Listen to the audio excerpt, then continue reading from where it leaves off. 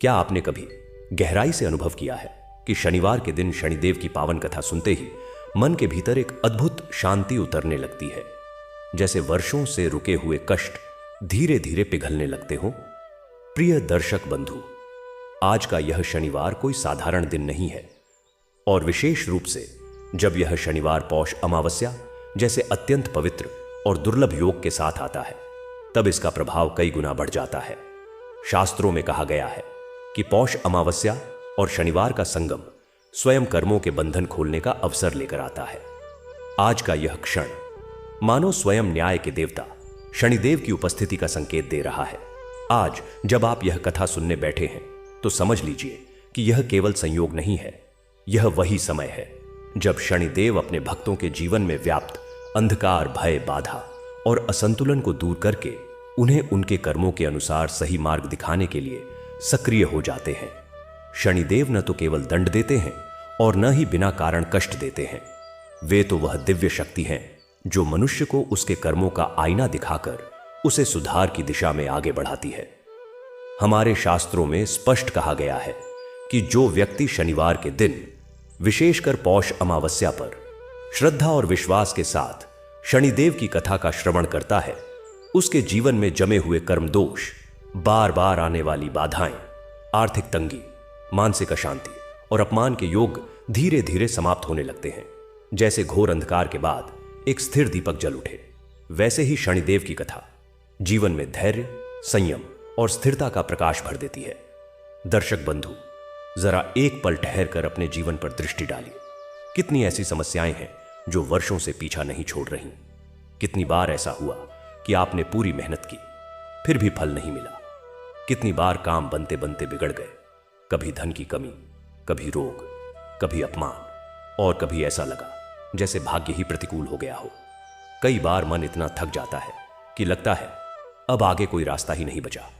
लेकिन आज इस शनिवार और पौष अमावस्या के पावन संगम पर जब आप शनिदेव की यह कथा सुन रहे हैं तो ऐसा प्रतीत होता है मानो कोई गंभीर, स्थिर और न्यायपूर्ण शक्ति आपके जीवन का भार अपने हाथों में ले रही हो।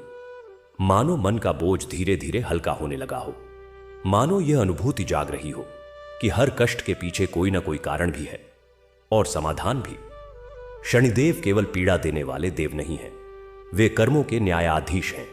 वे वह गुरु हैं जो मनुष्य को गिराकर नहीं बल्कि समझाकर उठाते हैं। वे अहंकार को तोड़कर धैर्य सिखाते हैं। वे असत्य के मार्ग से हटाकर सत्य और अनुशासन के पथ पर चलना सिखाते हैं। और इसी कारण शनिवार की उनकी कथा केवल सुनने की वस्तु नहीं होती, यह जीवन को भीतर से बदलने की एक दिव्य प्रक्रिया बन जाती है। कई बार मनुष्य शनि के नाम से ही भयभीत हो जाता है, लेकिन जो व्यक्ति शनिदेव की कथा को श्रद्धा से सुन लेता है, वह यह समझ जाता है कि शनिदेव भय नहीं है, वे तो न्याय, संतुलन और कल्याण का सबसे मजबूत स्तंभ है। उनकी कथा का एक भाव, एक वाक्य, एक संदेश भी जीवन के रुके हुए कर्मों को गति दे सकता है। शायद आपने भी कभी मन ही मन यह प्रश्न किया हो, मेरे कष्ट कब समाप्त होंगे, मेरे जीवन की बाधाएं कब हटेंगी, मुझे बार बार संघर्ष ही क्यों करना पड़ता है। दर्शक बंधु, हो सकता है आज का यह शनिवार, हो सकता है पौष अमावस्या का यह पावन क्षण आपके उन्हीं प्रश्नों का उत्तर बन जाए, क्योंकि जब भक्त का धैर्य और शनिदेव का न्याय एक साथ सक्रिय होता है, तब जीवन की दिशा बदलना निश्चित हो जाता है। इसलिए केवल सुनिए मत, हर शब्द को मनन के साथ ग्रहण कीजिए, हर भाव को अपने भीतर उतारिए और यह संकल्प लीजिए कि आप अपने कर्मों को शुद्ध करके जीवन को सही दिशा में ले जाने का प्रयास करेंगे। तो आइए, मन को स्थिर कीजिए, हृदय में संयम, श्रद्धा और विश्वास का दीप जलाइए और शनिदेव के पावन नाम का स्मरण करते हुए इस दिव्य कथा की यात्रा प्रारंभ करते हैं। लेकिन दर्शक बंधु, आगे बढ़ने से पहले एक अत्यंत आवश्यक निवेदन, शनिवार और पौष अमावस्या की कथा को अधूरा न छोड़ें। शास्त्रों में कहा गया है कि अधूरी कथा पूर्ण फल नहीं देती। अधूरी कथा मन में भ्रम छोड़ जाती है, और शनिदेव की कथा विशेष रूप से कर्म और अनुशासन से जुड़ी हुई है। इसीलिए आज की इस पावन कथा को अंत तक अवश्य सुने। हो सकता है कथा का कोई एक वाक्य, कोई एक प्रसंग आपके जीवन की दिशा ही बदल दे। और यदि आप सच्चे सनातनी हैं तो ऐसी पवित्र कथाओं को आगे पहुंचाना भी आपका धर्म और पुण्य है। इसलिए इस वीडियो को प्रेम से लाइक करें, अपने परिवार और मित्रों के साथ साझा करें और हमारे चैनल ज्ञान प्रसार को सब्सक्राइब करना ना भूलें, ताकि हर शनिवार और हर विशेष तिथि पर आप तक शनिदेव की ऐसी ही दिव्य कथाएं और जीवन को सही मार्ग दिखाने वाले संदेश पहुंचते रहे। उज्जैनी नगरी अपने स्वर्णिम युग के शिखर पर विराजमान थी। राजा विक्रमादित्य का न्याय इतना पवित्र था कि देवता भी कभी कभी मनुष्य रूप धरकर उनके निर्णय सुनने आते थे। किंतु एक शाम राजा महल की छत पर खड़े चंद्रमा को निहार रहे थे। उनके मन में एक गहन प्रश्न उमड़ घुमड़ रहा था। मेरे न्याय, मेरी प्रजा की समृद्धि, मेरे राज्य की शांति, क्या यह सब केवल मेरे प्रयासों से है? उन्होंने अपने विश्वस्त मंत्री भैरव से पूछा, या फिर इन ऊपर टिमटिमाते ग्रह नक्षत्रों का भी कोई प्रभाव है? भैरव ने सिर झुकाकर उत्तर दिया, महाराज, ज्योतिष शास्त्र कहता है कि ग्रहों की गतियां मनुष्य के भाग्य को प्रभावित करती हैं। आप स्वयं तो अपने पुण्य बल से सबके प्रभाव से ऊपर हैं, किंतु आपकी प्रजा के लिए विक्रमादित्य ने दृढ़ निश्चय किया। तो फिर हम जानेंगे, हम सप्तग्रहों को आमंत्रित करेंगे और स्वयं उनके मुख से उनकी शक्तियों, उनके स्वरूप और उनकी पूजा विधि को समझेंगे। यह ज्ञान हमारी प्रजा के कल्याण के लिए होगा। सप्ताह भर की तैयारी के बाद विशाल यज्ञशाला में एक ऐसा यज्ञ आयोजित हुआ जिसकी भव्यता का वर्णन शब्दों में कर पाना दुष्कर था। 7 अलग अलग वेदियां बनाई गई, प्रत्येक एक ग्रह के लिए उनके प्रतीक रंगों और धातुओं से सजाई गई। अग्नि प्रज्वलित हुई। महर्षि वशिष्ठ के वंशज ज्योतिषाचार्य बृहस्पतिनाथ ने गंभीर स्वर में मंत्रोच्चारण प्रारंभ किया। एक एक करके 7 ग्रहों के लिए विशेष आहुतियां डाली गईं।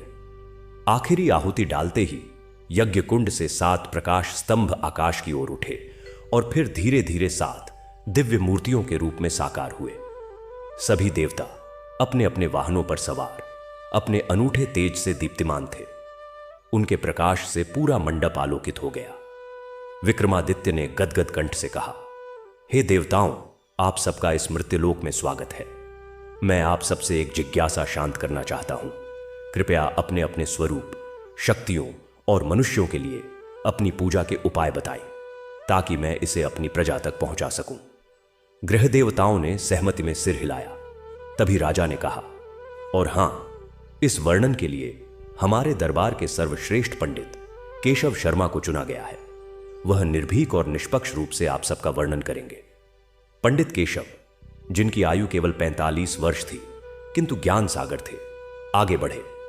उन्होंने सबसे पहले सूर्यदेव की ओर देखा, जो रथ पर आसीन 7 घोड़ों को संयत किए हुए थे। प्रथम, आदित्य, सूर्यदेव, आप समस्त जगत की आत्मा, प्रकाश और ऊर्जा के स्रोत हैं। आपकी शक्ति से ही सृष्टि का चक्र चलता है। आप घृणा, तपिश और प्रकाश दोनों के दाता हैं। आपका स्वभाव राजसिक है और आप आत्मबल के प्रतीक हैं। आपकी पूजा रविवार के दिन तांबे के पात्र में जल लेकर लाल चंदन, लाल पुष्प और गेहूं अर्पित करते हुए एवं घृणी सूर्याय नमः मंत्र का जप करने से आप प्रसन्न होते हैं। आपकी कृपा से रोग दूर होते हैं, राज्य को मान सम्मान मिलता है और शत्रुओं पर विजय मिलती है। सूर्यदेव संतुष्ट हुए और उनके मुख पर एक क्षीण मुस्कान खींच गई। पंडित ने फिर चंद्रदेव की ओर रुख किया, जो श्वेत वस्त्रधारी, शीतल और शांत मुद्रा में थे। द्वितीय, सोम, चंद्रदेव, आप मन के स्वामी, कलाओं के आधार और शीतलता के सागर हैं। आपकी शक्ति मन को स्थिर या चंचल करने की है। आपका स्वभाव सात्विक है। आपकी पूजा सोमवार के दिन चांदी के पात्र में दूध जल, सफेद कुमुद के फूल, चावल और शक्कर अर्पित कर एयूएम सोम सोमाय नमः मंत्र का जप करने से आप प्रसन्न होते हैं। आपकी कृपा से मानसिक शांति, काव्य प्रतिभा और सुख समृद्धि प्राप्त होती है। चंद्रदेव ने मृदु स्वर में आशीर्वाद दिया, तथास्तु। अगले थे मंगलदेव, लाल वस्त्र और कवच से सुसज्जित भेड़ पर सवार। तृतीय भौम मंगलदेव, आप पराक्रम, साहस और शक्ति के अवतार हैं। आपकी शक्ति शत्रुनाश और भयहरण की है। आपका स्वभाव उग्र और तेजस्वी है। आपकी पूजा मंगलवार के दिन तांबे के पात्र में सिंदूर मिला जल, लाल गुलाब, मसूर की दाल और गुड़ अर्पित कर एवं मंग अंगारकाय नमः मंत्र का जप करने से आप प्रसन्न होते हैं। आपकी कृपा से रोग दूर होते हैं, साहस बढ़ता है और भूमि संपत्ति की प्राप्ति होती है। मंगल देव ने अपना भाला जमीन पर टेककर गर्जना की, वीरों की रक्षा करूंगा। फिर बुद्धदेव की बारी आई, जो हरे वस्त्रों में सिंह पर आरूढ़ थे। चतुर्थ सौम्य बुद्धदेव, आप बुद्धि, वाणी, व्यापार और ज्ञान के देवता हैं। आपकी शक्ति तीव्र बुद्धि और वाक सिद्धि प्रदान करने की है। आपका स्वभाव चंचल और बुद्धिमत्तापूर्ण है। आपकी पूजा बुधवार के दिन कांसे के पात्र में हरा जल, हरे पुष्प, मूंग की दाल और हरा फल अर्पित कर एयूएम बुम बुधाय नमः मंत्र का जप करने से आप प्रसन्न होते हैं। आपकी कृपा से पढ़ाई में सफलता, व्यापार में लाभ और कुशाग्र बुद्धि प्राप्त होती है। बुद्धदेव मुस्कुराए और उनकी आंखों में ज्ञान की चमक दिखी। अब बृहस्पति देव आगे आए, पीतांबरधारी, हाथ में कुश और कमंडल लिए। पंचम गुरु बृहस्पति देव, आप गुरुओं के गुरु, ज्ञान, न्याय और मंगल के कारक हैं। आपकी शक्ति अज्ञान के अंधकार को दूर करने की है। आपका स्वभाव उदार और कल्याणकारी है। आपकी पूजा गुरुवार के दिन पीतल के पात्र में पीला जल, पीले पुष्प, चने की दाल और हल्दी अर्पित कर एयूएम ब्रह्म बृहस्पतये नमः मंत्र का जप करने से आप प्रसन्न होते हैं। आपकी कृपा से विद्या प्राप्ति, संतान सुख और हर विवाद में विजय मिलती है। बृहस्पति देव ने आशीर्वाद देते हुए कहा, विद्या विनयन शोभते। उनके बाद शुक्रदेव प्रकट हुए, श्वेत वस्त्रों में, अश्व पर सवार, अत्यंत तेजस्वी। षष्ठ भृगुनंदन शुक्रदेव, आप सुख, समृद्धि, कामना, कला और सौंदर्य के अधिपति हैं। आपकी शक्ति वैभव और ऐश्वर्य प्रदान करने की है। आपका स्वभाव रजोगुणी और मनोहर है। आपकी पूजा शुक्रवार के दिन चांदी के पात्र में दूध, सफेद कमल चावल और खीर अर्पित कर एयूएम शुं शुक्राय नमः मंत्र का जप करने से आप प्रसन्न होते हैं। आपकी कृपा से धन धान्य की वृद्धि, वैवाहिक सुख और सभी प्रकार की समृद्धि प्राप्त होती है। शुक्रदेव ने मधुर हास्य किया और उनके चारों ओर सुगंध फैल गई। अंत में पंडित केशव की दृष्टि शनिदेव पर पड़ी। वह एक कोने में कृष्ण वस्त्रधारी अपने वाहन गिद्ध पर बैठे गंभीर और अचल भाव से खड़े थे। उनकी आंखों में एक अथाह गहराई और निर्मम न्याय की छाया थी। पंडित ने गहरी सांस ली और वर्णन प्रारंभ किया। सप्तम शनैश्चर शनिदेव, आप न्याय के अंतिम और अटल स्तंभ हैं। आप कर्मफल के दाता हैं। आपकी शक्ति दंड देने और पुरस्कृत करने दोनों की है। आप ऊंचे से ऊंचे को नीचे गिरा सकते हैं और नीचे से नीचे को ऊपर उठा सकते हैं। आपका स्वभाव तमोगुणी, धीमी गति वाला किंतु अटल है। आपकी पूजा शनिवार के दिन लोहे के पात्र में तिल मिला जल, काले तिल, उड़द की दाल, सरसों का तेल और लोहे की कील अर्पित करते हुए एयूएम शम शनैश्चराय नमः मंत्र का जप करने से आप प्रसन्न होते हैं। पंडित थोड़ा रुका, फिर शायद थोड़ा अधिक उत्साह में या फिर विक्रमादित्य के चेहरे पर दिख रहे एक खास भाव से प्रभावित होकर उन्होंने कहा, किंतु हे महाराज, सच तो यह है कि शनिदेव की पूजा सबसे कठिन है। उनकी कृपा पाने के लिए अतुलनीय सहन शक्ति चाहिए। उनका प्रकोप इतना भयानक होता है कि व्यक्ति का सब कुछ छिन जाता है, राज्य, सम्मान, धन, यहां तक कि प्रियजन भी। वह अकेलेपन और कष्ट के अंधकार में धकेल देते हैं। उनकी दृष्टि टालना किसी सामान्य मनुष्य के वश में नहीं। वहां एक पल को सन्नाटा छा गया। पंडित के शब्द हवा में ठहर से गए थे। विक्रमादित्य के मन में एक तीखा विचार कौंधा। वह शनिदेव की ओर देख रहे थे, जो अभी भी पत्थर की मूर्ति की तरह अचल खड़े थे। राजा के अहंकार ने, उस अद्भुत न्यायी राजा के भीतर छिपे अहंकार ने उस क्षण पर विजय पा ली। अपने सिंहासन से उठते हुए विक्रमादित्य ने एक हल्की अवज्ञापूर्ण मुस्कान के साथ कहा, पंडित जी का वर्णन अति उत्तम है, किंतु क्या कोई ग्रह, चाहे वह कितना भी शक्तिशाली क्यों न हो, सच्चे न्याय और धर्म पर आसीन राजा का कुछ बिगाड़ सकता है? मेरा तो विश्वास है कि धर्म ही सबसे बड़ा ग्रह है। यह कहकर उन्होंने अनजाने में ही शनिदेव के प्रति एक तिरस्कारपूर्ण भाव प्रकट कर दिया। उन्होंने सीधे तौर पर कुछ नहीं कहा, किंतु उनके स्वर और भाव में वह अवज्ञा स्पष्ट थी। शनिदेव ने कोई प्रतिक्रिया नहीं दी, न तो क्रोध, न ही असहमति। उन्होंने केवल विक्रमादित्य की ओर देखा। उस एक क्षण की दृष्टि में ही सब कुछ कह दिया गया। यह दृष्टि इतनी गहरी थी कि राजा के हृदय में एक सिहरन सी दौड़ गई, किंतु उन्होंने उसे नजरअंदाज कर दिया। ग्रह देवता विदा हुए, यज्ञ समाप्त हुआ, सब कुछ सामान्य लग रहा था। किंतु उस रात जब विक्रमादित्य सोने के लिए लेटे तो उन्होंने एक अजीब सा स्वप्न देखा। एक विशालकाय काले पक्षी ने उनके राजमुकुट को अपने पंजों में दबोच लिया था और धीरे धीरे अंधेरी गुफा की ओर उड़ रहा था। और गुफा के प्रवेश द्वार पर लोहे के सिंहासन पर शनैश्चर गंभीर मुद्रा में बैठे थे। यज्ञ के बाद का पहला महीना सामान्य बीता। उज्जैनी उत्सवों में डूबी रही, फसलें लहलहाईं और व्यापारियों के काफिले नगरी को और समृद्ध करते रहे। किंतु राजा विक्रमादित्य के स्वभाव में एक सूक्ष्म परिवर्तन धीरे धीरे परिलक्षित होने लगा। वह जो पहले दरबार में घंटों धैर्यपूर्वक प्रजा की फरियाद सुनते थे, अब कभी कभी अधीर हो जाते। उनके निर्णय अब भी न्यायपूर्ण थे, किंतु उनमें वह पूर्ववत माधुर्य और विचार की गहराई कम होती दिखाई देती। एक दिन दरबार में एक विचित्र मामला आया। एक वृद्ध ब्राह्मण और एक युवा व्यापारी के बीच एक खेत की जमीन को लेकर विवाद था। ब्राह्मण के पास अपने पूर्वजों से मिली ताम्रपत्र लेख थी, जबकि व्यापारी के पास राजकोष से खरीदा हुआ अद्यतन पट्टा। सबूतों को देखकर न्याय व्यापारी के पक्ष में था। विक्रमादित्य ने फैसला सुना दिया। ब्राह्मण ने करबद्ध होकर कहा, महाराज, यह खेत मेरे परिवार की एकमात्र आजीविका है। व्यापारी तो धनवान है, कृपया दया करें। विक्रमादित्य ने कुछ पल सोचा, फिर कठोर स्वर में बोले, न्याय दया से ऊपर होता है, हुक्म अंतिम है। ब्राह्मण की आंखों में निराशा के आंसू थे। दरबार से बाहर निकलते समय उनकी दृष्टि राजा के मुकुट पर पड़ी। उन्हें एक क्षण के लिए ऐसा प्रतीत हुआ मानो मुकुट के ठीक ऊपर हवा में एक काली भारी छाया मंडरा रही हो। उन्होंने आंखें मसली और वह छाया गायब हो गई। शायद बुढ़ापे की नजर का धोखा है। वह मन ही मन बुदबुदाए। दूसरे महीने की शुरुआत में अचानक मौसम बिगड़ा। आकाश से मूसलाधार वर्षा हुई जो रुकने का नाम नहीं ले रही थी। सिंचाई के बांध टूटने लगे, खेत जलमग्न हो गए। ज्योतिषियों ने ग्रहों की चाल देखी तो उनकी भ्रिकुटियां तन गई। शनि और राहु की युति एक भयानक संकेत थी। मंत्री भैरव ने चिंतित स्वर में राजा को सूचित किया, महाराज, ग्रहों की स्थिति अशुभ है। शनि की 7.5 का प्रभाव राज्य पर पड़ना शुरू हो गया है। कुछ विशेष पूजा पाठ की व्यवस्था करनी चाहिए। विक्रमादित्य ने हाथ के इशारे से उनकी बात टाल दी। मंत्री जी, वर्षा प्रकृति का नियम है। ग्रहों को दोष देना अपनी नाकामयाबी को ढकने जैसा है। हमें बांधों की मरम्मत और प्रजा की सहायता पर ध्यान देना चाहिए।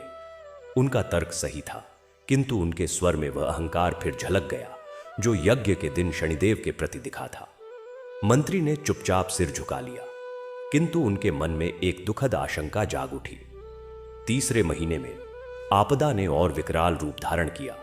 पड़ोसी राज्य का एक महत्वाकांक्षी और क्रूर राजा महिपाल, जो लंबे समय से उज्जैनी की समृद्धि से जलता था, उसने आक्रमण कर दिया। विक्रमादित्य एक कुशल योद्धा और रणनीतिकार थे। उन्होंने सेना का नेतृत्व किया और महिपाल की सेना को 3 बार पराजित किया। किंतु चौथे युद्ध में एक अद्भुत और अकठनीय घटना घटी। युद्ध भूमि में जब विक्रमादित्य अपने रथ पर खड़े होकर सेना का उत्साह बढ़ा रहे थे, अचानक उनका रथ का पहिया टूटकर अलग हो गया। घोड़े अस्त व्यस्त हो गए। राजा गिरते गिरते बचे। यह एक साधारण दुर्घटना नहीं लग रही थी। ऐसा लगा मानो किसी अदृश्य शक्ति ने लोहे के उस पहिए को क्षण भर में जंग लगाकर भंगुर कर दिया हो। सेना में भगदड़ मच गई और उज्जैनी को पीछे हटना पड़ा। यह पहली बार था जब विक्रमादित्य को युद्ध में पीछे हटना पड़ा। उनके चेहरे पर अविश्वास और क्रोध का भाव था। महल लौटकर उन्होंने रथ के सारथी और लोहार को कठोर दंड दिया। उनके न्याय में अब क्रोध की एक काली रेखा दिखाई देने लगी थी। चौथे और 5वें महीने में आपदाएं एक के बाद एक आती गईं। राजकोष, राज्य का खजाना जो अटूट माना जाता था, उसमें अचानक एक बड़ी चोरी हो गई। चोर का कहीं पता नहीं चला, मानो वह धुएं में विलीन हो गया हो। स्वास्थ्य, राज परिवार के सदस्य एक के बाद एक रहस्यमय बीमारियों से ग्रस्त होने लगे। वैद्यों के सभी प्रयास विफल रहे। विश्वासघात, राजा के कुछ विश्वस्त सामंत और सेनापति, जिन पर वह प्राण देते थे, अचानक मौन विद्रोह करके महिपाल की शरण में चले गए। प्रकृति, राज्य में सूखा पड़ा। जहां वर्षा हुई वहां ओले गिरे। अन्न भंडार खाली होने लगे। छठे महीने की एक अमावस्या की रात, जब विक्रमादित्य अपनी पत्नी रानी मैनावती के साथ बगीचे में बैठे थे, तो रानी ने धीरे से कहा, स्वामी, क्या तुम्हें नहीं लगता यह सब कुछ उस दिन से शुरू हुआ है जब तुमने शनिदेव के समक्ष वह कथन किया था? विक्रमादित्य ने आकाश की ओर देखा। चंद्रमा नहीं था, केवल सितारे थे, और उन सितारों के बीच शनि ग्रह असामान्य रूप से चमकीला और बड़ा दिखाई दे रहा था, जैसे एक काली आंख बिन पलक झपकाए नीचे देख रही हो। एक क्षण के लिए राजा का अहंकार डगमगाया। क्या सच में मैंने कोई अपराध किया था? क्या एक ग्रह इतना शक्तिशाली हो सकता है? उसी रात उन्होंने फिर वही स्वप्न देखा। इस बार वह काले पक्षी ने उनका मुकुट नहीं, बल्कि उनकी तलवार उठा ली थी, और शनिदेव ने उस तलवार को अपने हाथ में लेकर धीरे से उनके सिंहासन की ओर इशारा किया था। सिंहासन के आसन पर लोहे की कीलें उग आई थीं। 7वां महीना आते आते स्थिति असहनीय हो गई। प्रजा में असंतोष फैल रहा था। राजा का भाग्य फिर गया। देवता नाराज हैं, जैसी बातें गली कूचे में फुसफुसाहट के रूप में फैलने लगी। अंतिम तिनका तब टूटा जब एक दिन सुबह राजा का मुकुट अपने स्थान से गायब पाया गया। उसकी जगह मुकुटधारी, मुकुट रखने का स्टैंड पर काले तिल और लोहे की एक टेढ़ी कील रखी हुई थी। यह कोई साधारण चोरी नहीं थी, यह एक दिव्य संकेत था। पूरा दरबार स्तब्ध रह गया। विक्रमादित्य ने उस लोहे की कील को हाथ में लिया। वह ठंडी और भारी थी। उस क्षण उनके सारे अहंकार का महल ढह गया। उनकी आंखों के सामने यज्ञ वाला दिन सजीव हो उठा। शनिदेव की गंभीर मुद्रा और स्वयं के उस तिरस्कारपूर्ण वक्तव्य की प्रतिध्वनि।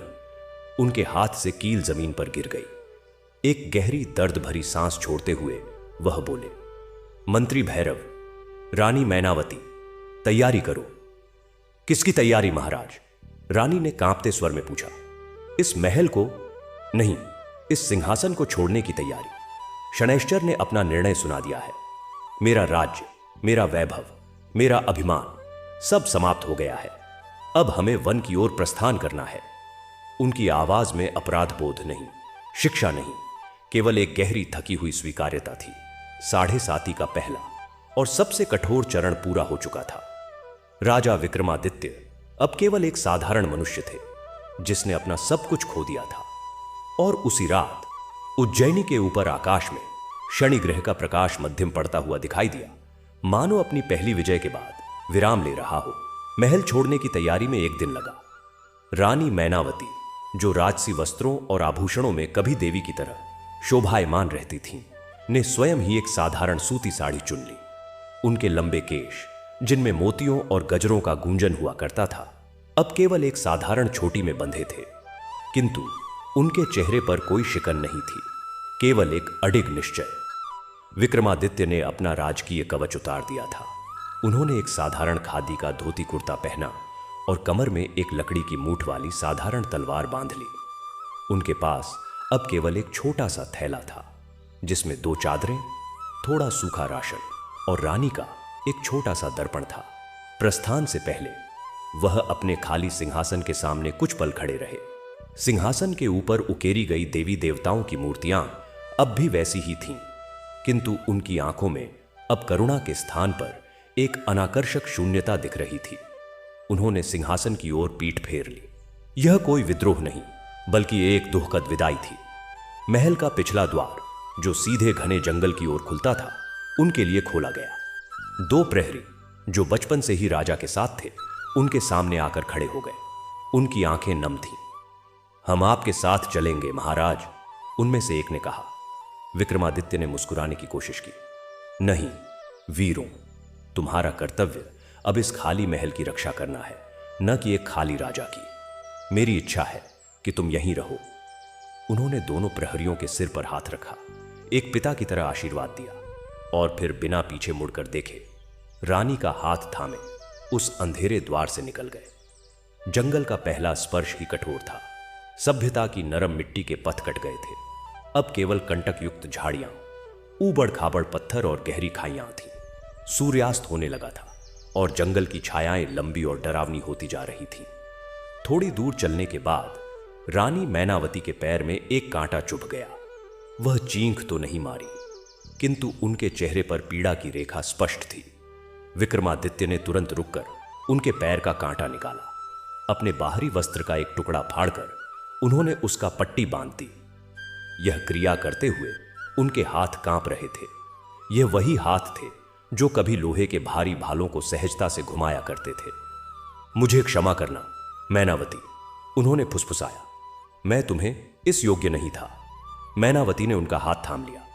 स्वामी, जब तुम मुझे अपनी रानी बनाकर लाए थे तब तुमने कहा था कि सुख दुख साथ चलेंगे। वह प्रतिज्ञा आज भी सच है। यह दुख हमारा साझा तप है। उनकी बात में इतना विश्वास और साहस था कि विक्रमादित्य के हृदय में एक ऊष्मा सी फैल गई। उन्होंने पत्नी का हाथ दृढ़ता से पकड़ लिया और आगे बढ़े। रात होने को आई तो उन्होंने एक विशाल वट वृक्ष के नीचे विश्राम करने का निश्चय किया। विक्रमादित्य ने सूखी पत्तियां और टहनियां एकत्र करके एक अस्थायी शैया बनाई। रात्रि का भोजन मात्र कुछ सूखे बेर और थोड़ा जल था, जो उन्होंने रास्ते में मिली एक छोटी सी धारा से भर लिया था। आग जलाने का प्रयास किया, किंतु किसी अदृश्य बाधा के कारण चिंगारी फूट ही नहीं रही थी। ऐसा लग रहा था मानो हवा में ही नमी भर गई हो, या फिर उनके हाथों में वह पुरानी शक्ति नहीं रही।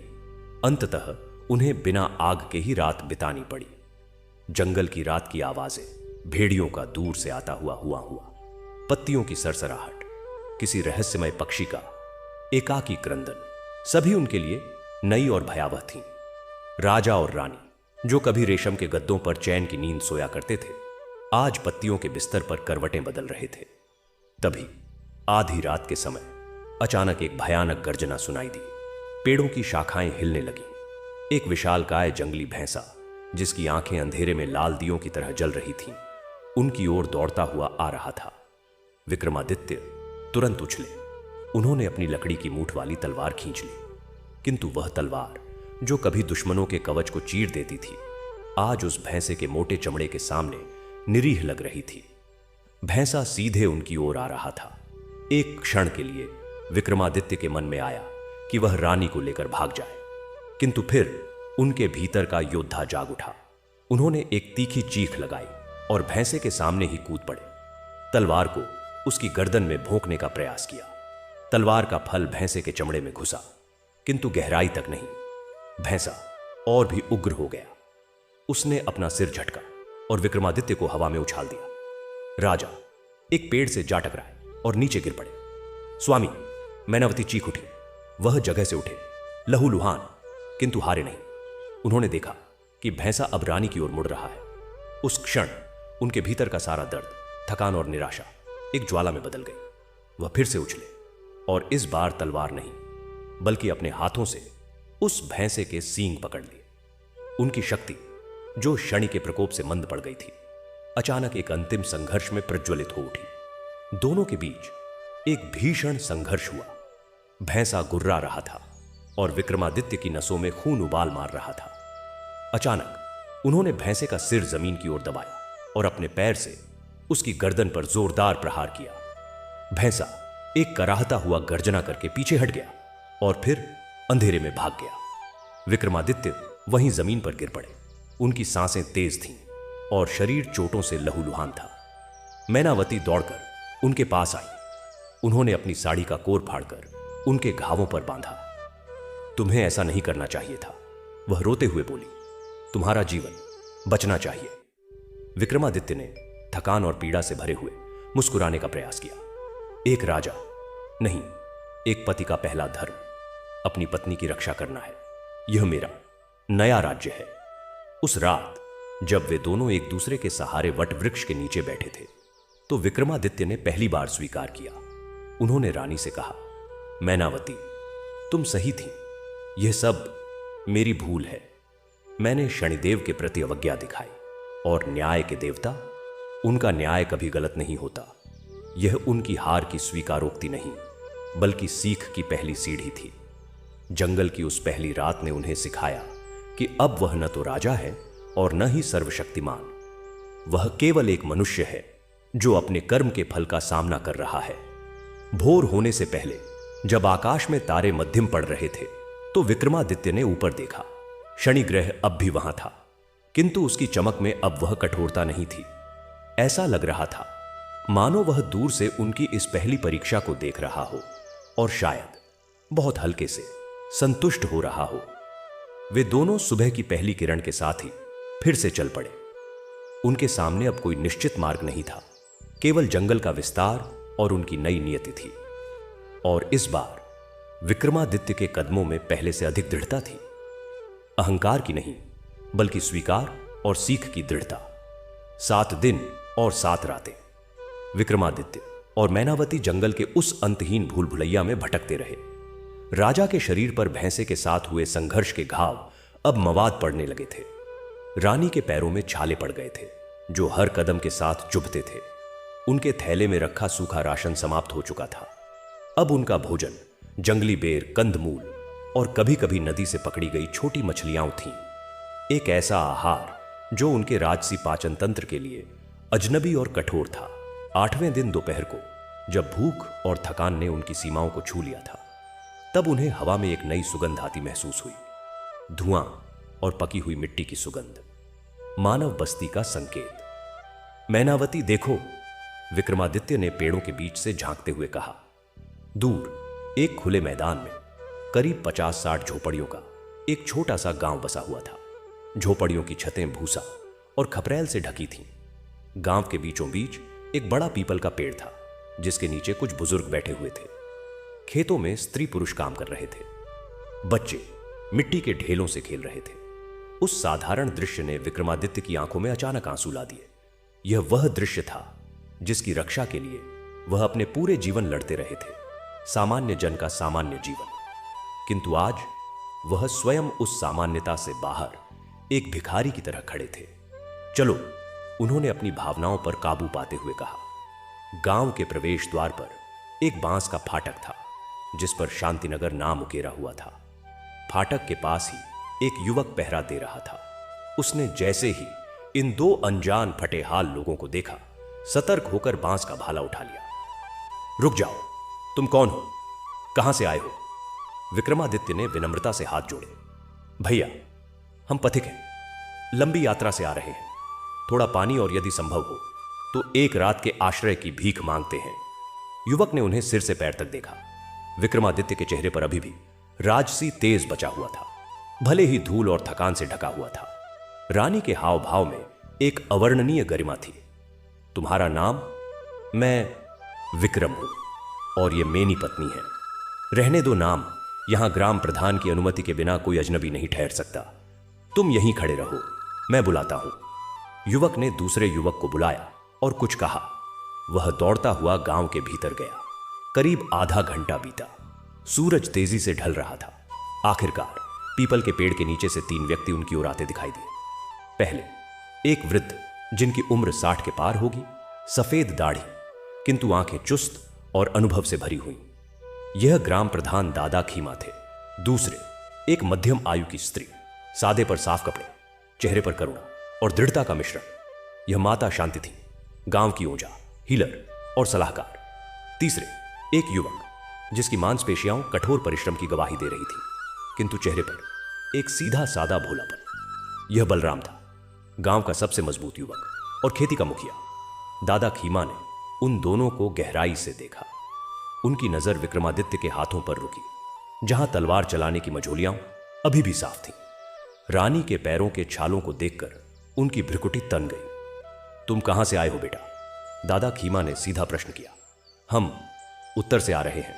हमारा गांव नष्ट हो गया, डाकुओं ने लूट लिया, हम भाग निकले। विक्रमादित्य ने एक आधा अधूरा सच बोला। पूरा सच बताना खतरनाक हो सकता था। माता शांति आगे बढ़ी। उन्होंने बिना कुछ कहे रानी के पैर उठाकर देखे। फिर उन्होंने विक्रमादित्य के घावों की ओर इशारा किया। ये घाव संक्रमित हो रहे हैं, इनका तुरंत इलाज चाहिए। दादा, इन्हें रहने दो, मेरी कुटिया के पास वाली खाली झोपड़ी में। दादा खीमा ने कुछ पल सोचा। ठीक है, लेकिन शांतिनगर का नियम है, यहां कोई आलसी नहीं रह सकता। तुम्हें काम करना होगा। तुम क्या कर सकते हो? विक्रमादित्य, जिनके पास शासन करने, युद्ध लड़ने न्याय करने के अलावा कोई कौशल नहीं था। कुछ पल के लिए असमंजस में पड़ गए। फिर बोले, मैं लकड़ी काट सकता हूं, पानी भर सकता हूं, जो भी काम दे। बलराम ने उनकी दुबली पतली देह देखकर शक भरी नजर से देखा। तुम लकड़ी काटोगे? हमारा कुल्हाड़ा तो तुम उठा भी नहीं पाओगे। विक्रमादित्य ने अपनी आखिरी शेष शक्ति जुटाई। मुझे आजमा कर देखें। गांव के बाहर लकड़ी के एक बड़े लट्ठे के पास ले जाया गया। बलराम ने अपना भारी कुल्हाड़ा विक्रमादित्य की ओर बढ़ाया। वह कुल्हाड़ा, जो राजा की तलवार से भी भारी था, विक्रमादित्य के हाथ में पड़ते ही लगा कि वह नीचे गिर पड़ेगा। उनके घावों से दर्द की एक तीखी लहर दौड़ गई। सारे गांव वाले इकट्ठा हो गए थे, देखने की यह नया आदमी क्या करता है। विक्रमादित्य ने आंखें बंद की। उन्होंने अपने मन में प्रार्थना की, न किसी देवता से, बल्कि स्वयं अपने हाथों से, अपने शरीर से। फिर उन्होंने कुल्हाड़ा उठाया और अपने पूरे शरीर का भार डालते हुए लट्ठे पर प्रहार किया। थक, आवाज तो आई, किंतु लट्ठे पर केवल एक हल्का सा निशान पड़ा। गांव वालों में हंसी फूट पड़ी। बलराम ने सिर हिलाया। विक्रमादित्य का सिर शर्म से झुक गया। तभी माता शांति बोली, हंसने की जरूरत नहीं, हर किसी का अपना हुनर होता है। इनके हाथ तलवार चलाने के आदी हैं, कुल्हाड़ा चलाने के नहीं। इन्हें दूसरा काम दो। दादा खीमा ने सोचा, तुम्हारी पत्नी क्या कर सकती है? मैनावती ने आगे बढ़कर कहा, मैं कपड़े बुनना, सिलाई करना और जड़ी बूटियों का ज्ञान रखती हूं। मैं माता शांति की सहायता कर सकती हूं। माता शांति की आंखों में चमक आ गई।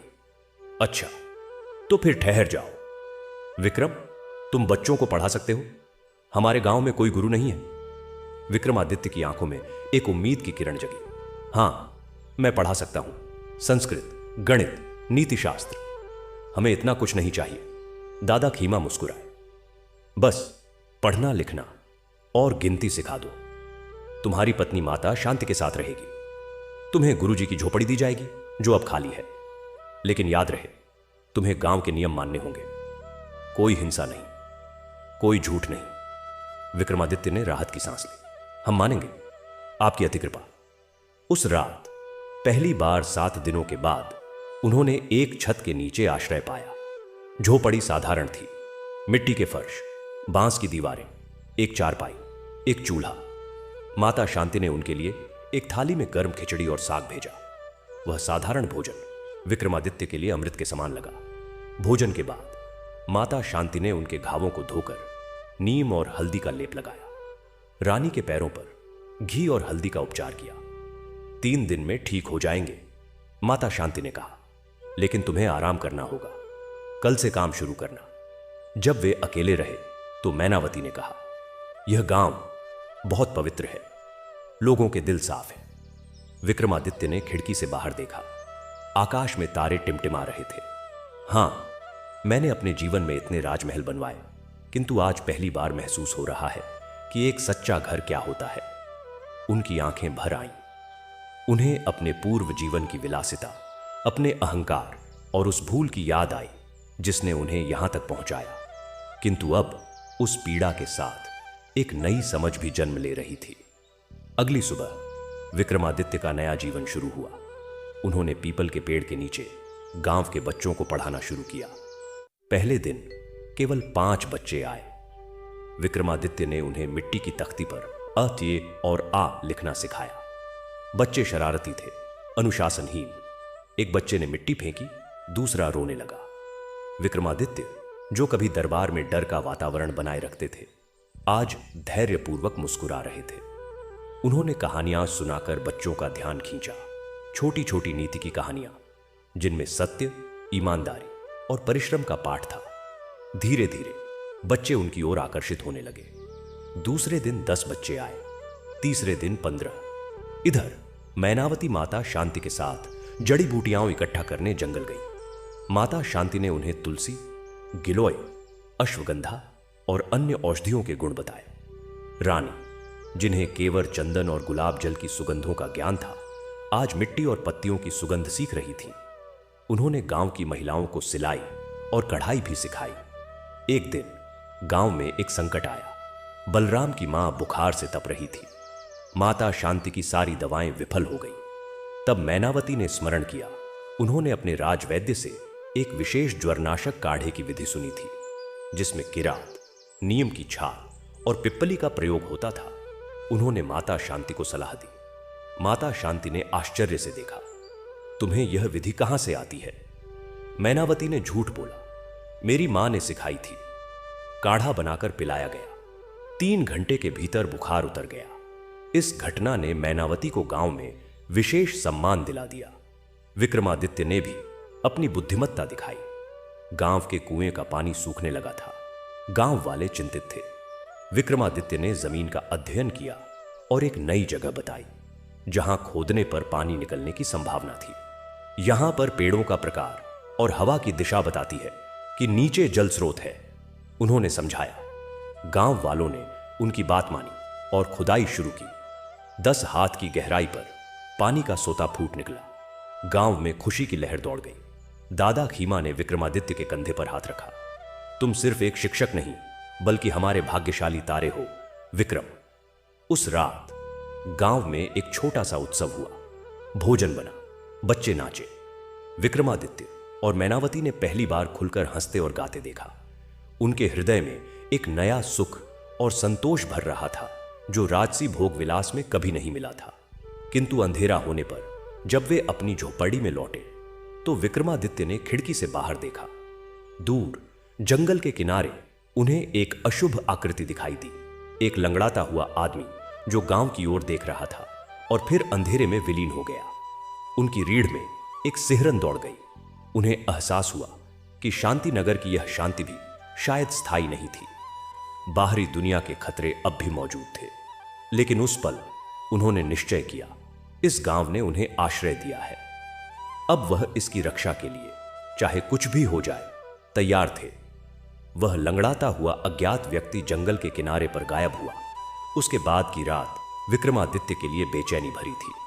उनकी सैनिक अंतर्दृष्टि जाग रही थी। वह जानते थे कि जंगल में केवल जानवर और पक्षी ही नहीं रहते। उनके जैसे भटके हुए लोग, डाकू और ऐसे समूह भी रहते हैं जो शांत गांवों को अपना निशाना बनाते हैं। अगली सुबह उन्होंने दादा खीमा से मिलकर अपनी चिंता व्यक्त की। दादा, कल रात मैंने जंगल के किनारे एक अजनबी देखा। वह गांव को देख रहा था और फिर लुप्त हो गया। हो सकता है यह कोई भटका हुआ यात्री हो, लेकिन मुझे डर है कि यह कुछ और हो सकता है। दादा खीमा ने अपनी सफेद दाढ़ी सहलाई। विक्रम बेटा, हम शांतिनगर में 30 साल से रह रहे हैं। हमारे पास लेने के लिए कुछ नहीं है, सिवाय हमारी फसल और मेहनत के। डाकू हमें क्यों परेशान करेंगे? क्योंकि डाकू आसान शिकार चाहते हैं, विक्रमादित्य ने गंभीर स्वर में कहा। और एक शांत, अनगढ़ गांव उनके लिए सबसे आसान शिकार है। मैंने पहले भी ऐसा देखा है। रानी मैनावती, जो अब माता शांति के साथ औषधियों को छांट रही थीं, ने भी सुना। वह जानती थी कि उनके पति का डर निराधार नहीं था। उन्होंने माता शांति से कहा, दादी, विक्रम की बात में दम है। क्या हम गांव की रक्षा के लिए कुछ तैयारी कर सकते हैं? कम से कम चौकसी तो बढ़ा सकते हैं। माता शांति ने सोच समझकर कहा, हमारे युवक मजबूत हैं, लेकिन योद्धा नहीं। उनके पास हथियार के नाम पर केवल कुल्हाड़ियां और फावड़े हैं। इस बीच जंगल के गहरे हिस्से में एक खंडहर हो चुके मंदिर के अवशेषों के पास लगभग 20 आदमियों का एक समूह इकट्ठा था। ये काल भैरव के डाकू थे, जिनका नाम उनके क्रूर सरदार के नाम पर पड़ा था। काल भैरव एक पूर्व सैनिक था जो अपने ही सेनापति से विश्वासघात के कारण जंगल में भटक गया था और अब डकैती और हिंसा के जरिए अपना गुजारा करता था। काल भैरव लंगड़ा रहा था। उसका एक पैर एक पुराने युद्ध में टूट गया था और ठीक से जुड़ा नहीं था। वही वह व्यक्ति था जिसे विक्रमादित्य ने देखा था। उसकी आंखें छोटी और चमकदार थीं, जैसे एक भूखे जानवर की आंखें। सरदार, एक डाकू बोला, वह गांव छोटा है, लेकिन अब उनकी फसल पक रही है। अनाज के भंडार भरे होंगे और हमने देखा वहां कुछ नए लोग आए हैं, एक आदमी और एक औरत। औरत के कपड़े साधारण हैं, लेकिन उसके चलने का ढंग राजघराने जैसा है। शायद वह भागे हुए राजसी लोग हैं। उनके पास गहने या धन छुपा हो सकता है। काल भैरव की आंखों में लालसा जगी। राजसी लोग? दिलचस्प। तो फिर हमें जल्दी करना चाहिए।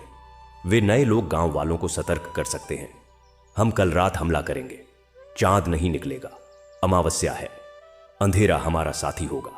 शांतिनगर में विक्रमादित्य ने गांव की सुरक्षा के लिए एक योजना बनाना शुरू कर दिया था। उन्होंने बलराम और अन्य युवकों को इकट्ठा किया। सुनो, मैं तुम्हें कुछ साधारण युद्ध तकनीकें सिखाना चाहता हूं। उन्होंने कहा, नहीं, हम हमला नहीं करेंगे, लेकिन अपनी रक्षा करने के लिए तैयार रहेंगे। पहले तो युवक संकोच कर रहे थे। गुरुजी, हम किसान हैं, सैनिक नहीं, हम लड़ाई नहीं जानते। तुम्हें लड़ाई नहीं, रक्षा सीखनी है। विक्रमादित्य ने समझाया, तुम्हारे हाथों में जो कुल्हाड़ियां और फावड़े हैं, वे ही तुम्हारे हथियार बन सकते हैं। मैं तुम्हें सिखाऊंगा कि कैसे इनका उपयोग करके अपने घर और परिवार की रक्षा करो। उन्होंने गांव के चारों ओर एक साधारण खाई खोदने का सुझाव दिया, जिसमें नुकीले बांस गाढ़े जा सके। उन्होंने अलार्म सिस्टम बनाया। गांव के चारों कोनों में ऊंचे बांस पर घंटियां बांधी गई, जिन्हें खतरे के समय बजाया जा सकता था। और सबसे महत्वपूर्ण, विक्रमादित्य ने कहा, हमें चौकसी रखनी होगी। रात में 2-2 लोगों की टोली गांव के बाहर छिपकर नजर रखेगी। बलराम अब प्रभावित हो रहा था। गुरुजी, तुम्हें यह सब कहां से आता है? तुम सिर्फ एक शिक्षक नहीं लगते। विक्रमादित्य ने एक क्षण के लिए ठहराव लिया। मैं एक ऐसे गांव से आया हूं जो डाकुओं के हमले में नष्ट हो गया। मैं वहां से बच निकला, लेकिन मैं चाहता हूं कि तुम्हारे साथ ऐसा ना हो। यह आधा सच था और युवकों ने इसे स्वीकार कर लिया। उन्होंने काम शुरू कर दिया। पूरा गांव जुट गया। पुरुष खाई खोदने लगे, महिलाएं नुकीले बांस तैयार करने लगी, बच्चे पत्थर इकट्ठा करने लगे। उन्हें कहा गया कि यह एक खेल है। 3 दिन बीत गए। गांव की रक्षा प्रणाली आकार ले रही थी। विक्रमादित्य ने युवकों को फावड़े से वार करने, कुल्हाड़े से बचाव करने और संकेतों से संवाद करने का अभ्यास कराया। वह हैरान थे कि इन साधारण किसानों में कितनी जल्दी सीखने की क्षमता थी। चौथे दिन जब वे अभ्यास कर रहे थे, तभी गांव की एक महिला, राधा, जो जंगल में लकड़ी लेने गई थी, वापस भागती हुई आई। उसका चेहरा सफेद था और वह हाँफ रही थी। मैंने उन्हें देखा, वह चिल्लाई। जंगल में बहुत सारे आदमी हथियारों के साथ, वे हमारी ओर आ रहे हैं। सारा गांव स्तब्ध रह गया। विक्रमादित्य ने तुरंत आदेश दिया, घंटियां बजाओ। सभी महिलाएं और बच्चे बीच वाली झोपड़ियों में चले जाएं। सभी पुरुष अपने स्थानों पर। बलराम, तुम उत्तर की ओर, गोपाल, तुम दक्षिण की ओर। ध्यान रहे, हमला नहीं करना है, सिर्फ रोकना है। गांव में हलचल मच गई। घंटियां बज उठी। विक्रमादित्य ने मैनावती को देखा। तुम माता, शांति के साथ रहना। नहीं, मैनावती ने दृढ़ता से कहा, मैं भी लड़ सकती हूं, मुझे धनुष चलाना आता है। विक्रमादित्य को याद आया, रानी मैनावती, उनकी पत्नी, जो कभी राज्य के उत्सवों में निशानेबाजी प्रतियोगिताएं जीतती थीं। उन्होंने हां में सिर हिलाया। ठीक है, लेकिन पीछे रहना। शाम ढलने लगी थी। आकाश में बादल छाए हुए थे, जिससे अंधेरा और गहरा हो रहा था। गांव के बाहर, खाई के पार, डाकुओं के पैरों की आहट सुनाई देने लगी। काल भैरव अपने डाकुओं के साथ आगे बढ़ा। उसने देखा कि गांव के चारों ओर एक खाई खोदी गई है और झोपड़ियों के पीछे लोग छिपे हुए हैं। उसकी आंखें चमक उठी। देखो, ये मूर्ख किसानों ने अपने लिए कब्र खोद ली है। आगे बढ़ो। डाकुओं ने खाई के पास पहुंचकर लकड़ी के तख्ते डालकर पार करने की कोशिश की। तभी अचानक अंधेरे से तीरों की बौछार शुरू हो गई। यह मैनावती और कुछ अन्य महिलाओं ने छोड़े थे, जिन्हें विक्रमादित्य ने ऊंचे स्थानों पर तैनात किया था। 3 डाकू घायल होकर गिर पड़े। काल भैरव क्रोधित हो गया। अरे, ये किसान तीर चलाना जानते हैं, आक्रमण करो, सबको मार डालो। डाकू खाई पार करने लगे। जैसे ही वे पार हुए, गांव के युवकों ने उन पर फावड़ों और कुल्हाड़ियों से हमला किया। यह एक विचित्र युद्ध था। एक ओर पेशेवर डाकू, जिनके पास तलवारें और भाले थे, दूसरी ओर किसान, जिनके पास कृषि के औजार थे। विक्रमादित्य ने अपनी लकड़ी की मूठ वाली तलवार निकाली।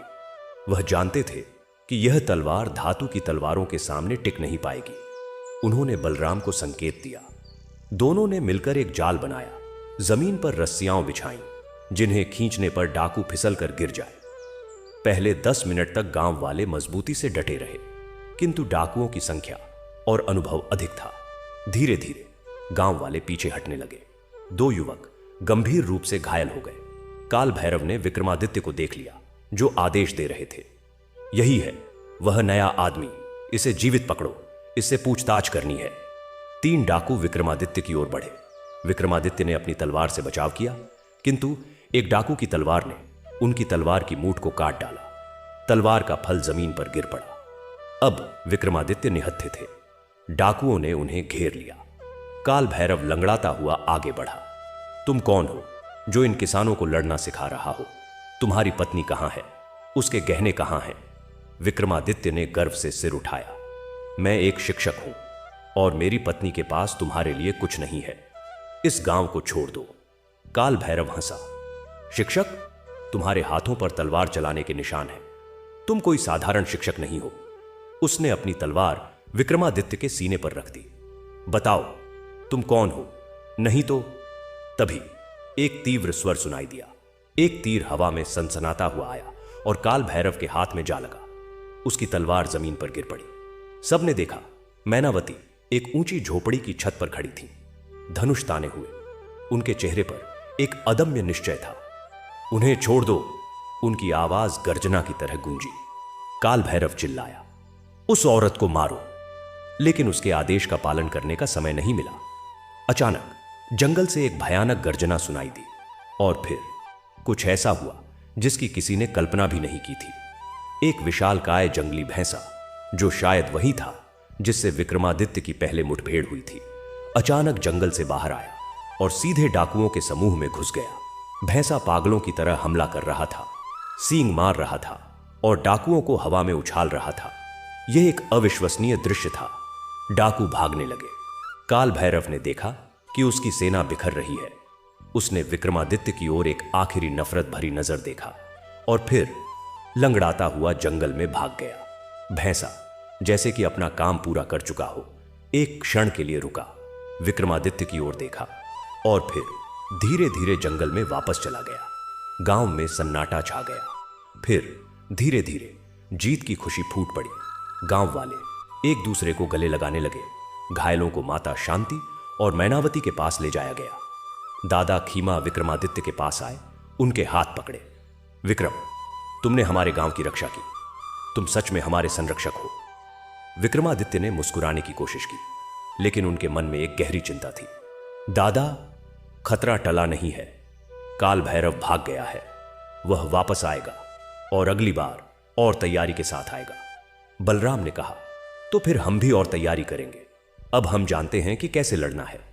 उस रात गांव में विजय का उत्सव मनाया गया, लेकिन विक्रमादित्य और मैनावती चिंतित थे। अपनी झोपड़ी में बैठे मैनावती ने कहा, वह भैंसा वही था ना जिससे तुम्हारी पहली मुठभेड़ हुई थी? हां, विक्रमादित्य ने कहा। ऐसा लगता है जैसे किसी ने उसे भेजा हो, जैसे कोई हमारी रक्षा कर रहा हो। शनिदेव, मैनावती ने फुसफुसाया। विक्रमादित्य ने सिर हिलाया। शायद शनिदेव न्याय के देवता हैं। वह मुझे दंड दे रहे हैं, लेकिन हो सकता है कि वह निर्दोषों की रक्षा भी कर रहे हों। यह गांव निर्दोष है। उन्होंने खिड़की से बाहर आकाश की ओर देखा। बादल छंट गए थे और तारे चमक रहे थे। शनि ग्रह दिखाई नहीं दे रहा था। शायद वह छुप गया था, या शायद उसकी कसौटी अभी खत्म नहीं हुई थी। विक्रमादित्य ने महसूस किया कि उनकी यात्रा अभी आधी भी नहीं हुई थी। उन्हें अब भी बहुत कुछ सीखना था, बहुत कुछ झेलना था। किंतु आज पहली बार उन्हें लगा कि वह केवल दंड भोग नहीं रहे, बल्कि एक नए उद्देश्य की ओर बढ़ रहे हैं। अगली सुबह विक्रमादित्य ने गांव वालों को इकट्ठा किया। हमें और मजबूत बनना होगा। मैं तुम्हें धनुर्विद्या सिखाऊंगा। हमें अधिक हथियार बनाने होंगे और हमें दूसरे गांवों से संपर्क करना चाहिए ताकि हम अकेले न रहें। गांव वालों ने सहमति में सिर हिलाया। अब वे केवल किसान नहीं रहे थे, वे एक समुदाय बन गए थे जो अपनी रक्षा के लिए तैयार था। और विक्रमादित्य, जो कभी एक राजा थे, आज एक गुरु, एक रक्षक और एक छात्र बन गए थे। छात्र जीवन के कठोर पाठ का, जो शनिदेव ने उनके लिए चुना था। डाकुओं के हमले के बाद का पहला महीना शांतिनगर के लिए पुनर्निर्माण और तैयारी का समय था। विक्रमादित्य अब न केवल गुरु थे, बल्कि गांव के रक्षा प्रमुख बन गए थे। उनकी दिनचर्या बदल गई थी। प्रातः बच्चों को पढ़ाना, दोपहर में युवकों को युद्ध कला सिखाना और सायंकाल दादा खीमा व ग्रामीणों के साथ रणनीति पर विचार विमर्श करना। धनुर्विद्या का प्रशिक्षण शुरू हुआ। विक्रमादित्य ने स्वयं बांस और जंगली रस्सियों से धनुष बनाए। पहले दिन बलराम ने धनुष की प्रत्यंचा खींचते समय इतना जोर लगाया कि धनुष टूट गया और उसकी हथेली में गहरी खरोंच आ गई। गुरुजी, यह तो तलवार चलाने से भी कठिन है, बलराम ने दर्द से मुंह बनाते हुए कहा। विक्रमादित्य मुस्कुराए। धनुर्विद्या धैर्य और संतुलन की कला है, बल की नहीं। देखो, उन्होंने एक नया धनुष उठाया, शांत भाव से प्रत्यंचा खींची और तीर को लक्ष्य पर छोड़ दिया। तीर सीधे 50 कदम दूर रखे एक नारियल के ऊपर से जाकर पेड़ की छाल में ढंस गया। युवकों ने तालियां बजाई। गुरुजी, आप यह कला कहां सीखी? मैंने अपने युवा काल में एक आर्षि के आश्रम में सीखी थी, विक्रमादित्य ने संक्षिप्त उत्तर दिया।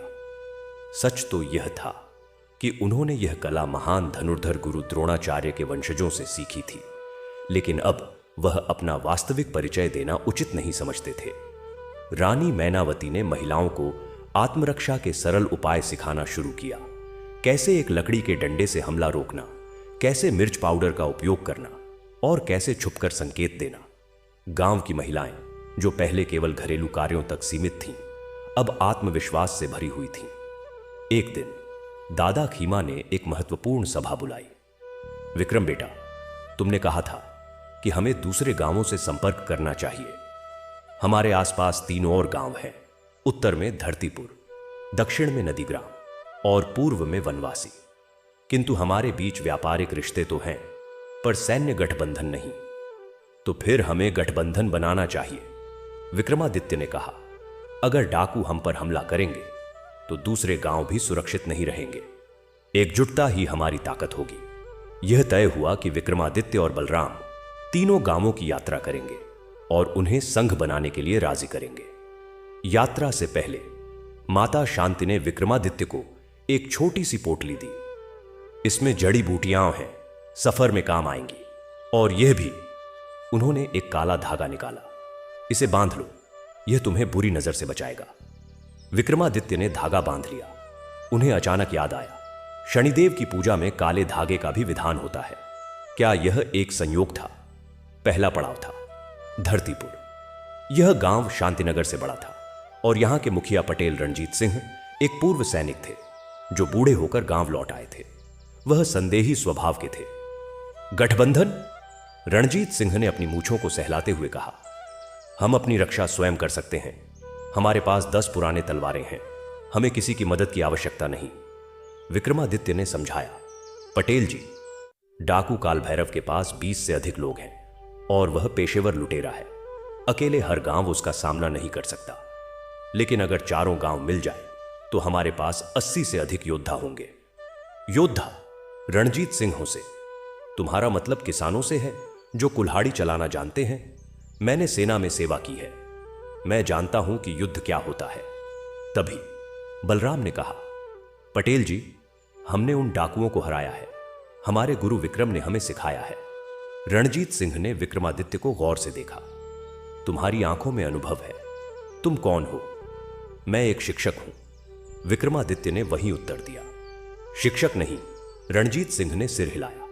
तुम्हारे बोलने का ढंग, तुम्हारी मुद्रा, तुम किसी राज दरबार से हो। कोई बात नहीं, हर किसी का अपना रहस्य होता है। उन्होंने कुछ पल सोचा। ठीक है, मैं तुम्हारे प्रस्ताव पर विचार करूंगा, लेकिन एक शर्त पर। तुम्हें मेरे युवकों को भी कुछ सिखाना होगा। विक्रमादित्य ने सहमति जताई। उन्होंने धरतीपुर में 3 दिन बिताए और वहां के युवकों को समूह रणनीति सिखाई। दूसरा गांव था नदीग्राम। यह गांव एक नदी के किनारे बसा था और यहां के लोग मछुआरे और नाविक थे।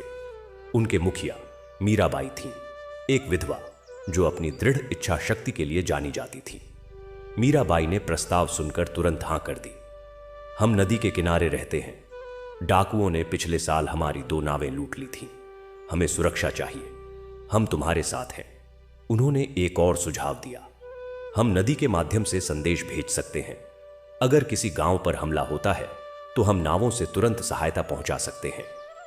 तीसरा गांव वनवासी सबसे दूर और सबसे रहस्यमय था। यह गांव जंगल के बीचों बीच था और यहां के लोग आदिवासी थे जो शिकार और जंगल के उत्पादों पर निर्भर थे। उनके सरदार बिरसा थे, एक युवा और गुस्सैल व्यक्ति। बिरसा ने प्रस्ताव को ठुकरा दिया। हम जंगल के राजा हैं, हमें किसी की मदद की जरूरत नहीं। डाकू हमारे इलाके में आए तो हम उन्हें जहर के तीरों से मार देंगे। विक्रमादित्य ने समझाने की कोशिश की। बिरसा, अगर डाकू तुम्हारे गांव को नष्ट कर देंगे तो तुम्हारे लोगों को कहां जाना होगा?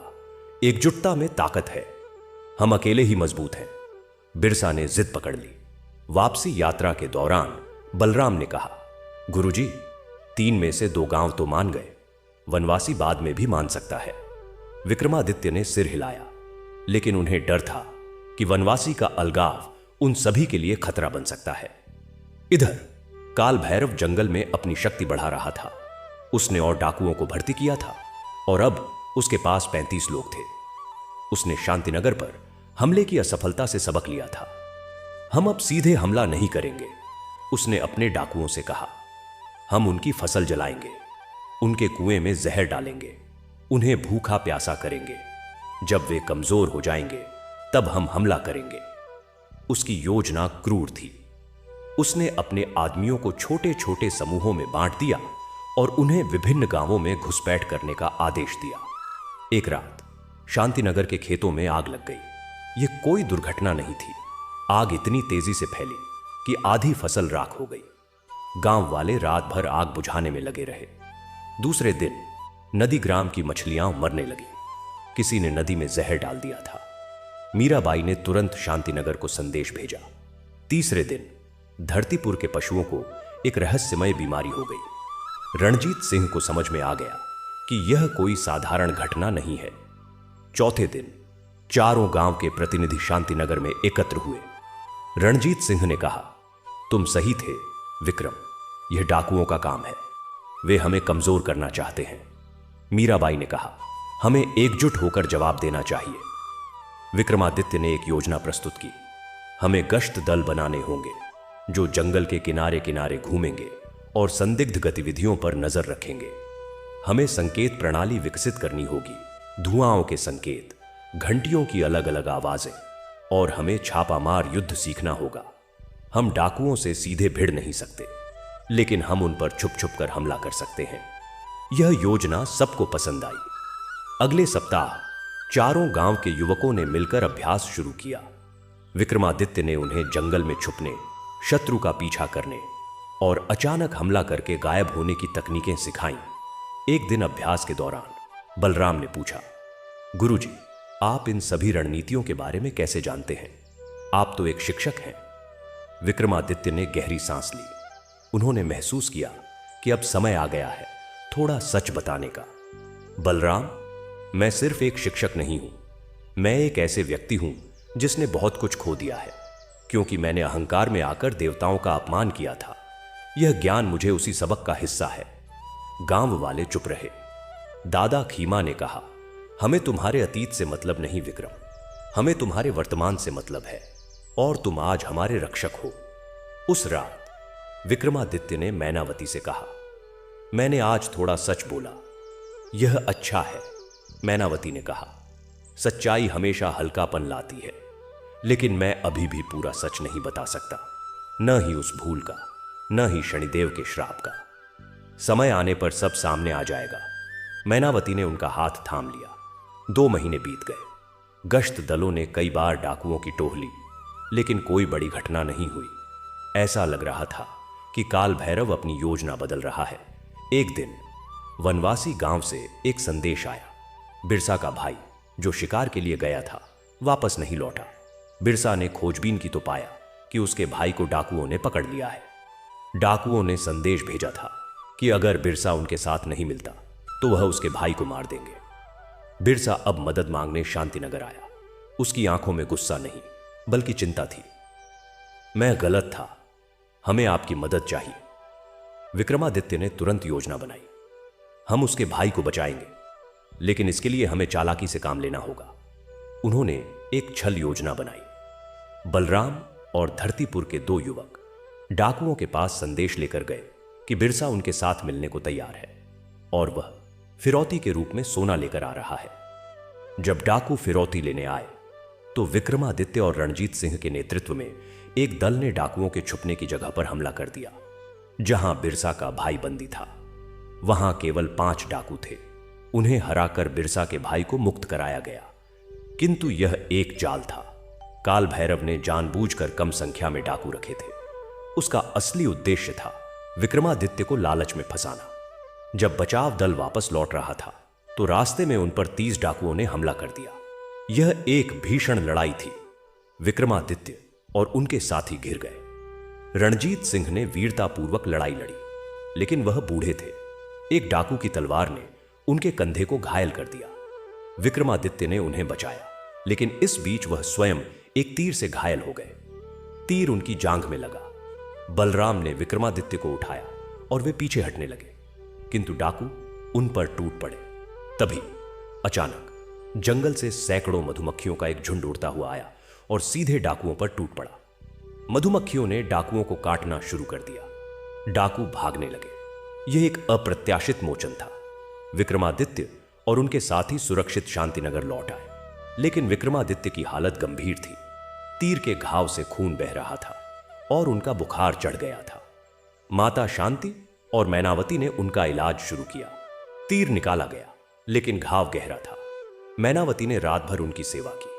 आधी रात को विक्रमादित्य ने बुखार की हालत में करवट बदली। उनकी आंखें बंद थीं, लेकिन वह बड़बड़ा रहे थे, मुझे क्षमा करें शनिदेव, मुझे क्षमा करें। मैंने अहंकार किया, मैंने आपका अपमान किया। मैनावती ने उनका माथा सहलाया। उनकी आंखों में आंसू थे। उन्होंने देखा कि विक्रमादित्य के हाथ में बंधा काला धागा अब फट गया था और उनकी कलाई से उतर रहा था। क्या यह एक संकेत था? क्या शनिदेव की कसौटी और कठोर होने वाली थी? तीर का घाव साधारण नहीं था। डाकुओं ने तीर के नोक पर विष लगा रखा था। माता शांति ने जब घाव सूंघा तो उनकी भ्रिकुटी तन गई। यह विषकंद का जहर है। जंगल की एक बेल है जिसका रस तंत्रिकाओं को सुन्न कर देता है। अगर यह दिल तक पहुंच गया तो मैनावती की सांसें रुक गईं। तो क्या करें? हमारे पास मृत्युंजय रस बनाने की सामग्री नहीं है। उसके लिए सोमलता चाहिए जो हिमालय में मिलती है। माता शांति ने हताश स्वर में कहा, हम केवल निम्न स्तर का विषनाशक बना सकते हैं जो जहर को फैलने से रोकेगा, लेकिन उसे पूरी तरह नहीं मारेगा। विक्रम को लंबा ज्वर रहेगा और उनका शरीर कमजोर हो जाएगा। मैनावती ने दृढ़ता से कहा, जो भी कर सकते हैं करें, मैं उन्हें नहीं छोड़ूंगी। पूरे गांव ने प्रार्थनाएं शुरू कर दी। बच्चों ने पीपल के पेड़ के नीचे फूल चढ़ाए। युवकों ने जंगल में घूम घूम कर दुर्लभ जड़ी बूटियां ढूंढनी शुरू की। दादा खीमा ने गांव के मंदिर में घंटा बजाकर देवताओं से प्रार्थना की, किंतु विक्रमादित्य की हालत बिगड़ती गई। तीसरे दिन वह मूर्छा में चले गए। उनका शरीर पसीने से तर, कभी ठंडा कभी गर्म। वह बेहोशी में बड़बड़ाते रहते, कभी राज्य की बातें, कभी युद्ध की और कभी शनिदेव से क्षमा मांगते। मैनावती ने रात दिन उनकी सेवा की। वह उनके माथे पर गीले कपड़े रखती, उनके होंठों पर पानी की बूंदें टपकाती और उनके कानों में मंत्र फुसफुसाती। 5वें दिन कुछ अद्भुत हुआ। आधी रात थी। मैनावती थककर विक्रमादित्य के पलंग के पास ही बैठकर ऊंघ रही थी। तभी उन्हें लगा कि कमरे में प्रकाश बढ़ गया है। उन्होंने आंखें खोली। कमरे के एक कोने में एक कृष्णवर्णीय प्रकाशपुंज उभर रहा था। धीरे धीरे उसने एक मानवाकार रूप लिया। लंबा दुबला पतला शरीर, काली धोती और आंखें जिनमें अनंत गहराई और दर्द था। यह शनिदेव थे। मैनावती स्तब्ध रह गई। वह उठकर प्रणाम करना चाहती थी, लेकिन उनका शरीर जड़ हो गया। उनकी वाणी अवरुद्ध हो गई। शनिदेव ने कोई शब्द नहीं बोला। वह धीरे धीरे विक्रमादित्य के पलंग के पास आए और उनके ऊपर झुके। उनकी आंखों से 2 कृष्ण अश्रु टपके जो विक्रमादित्य के माथे पर गिरे। अश्रु जहां गिरे वहां से एक स्वर्णिम प्रकाश फैलने लगा।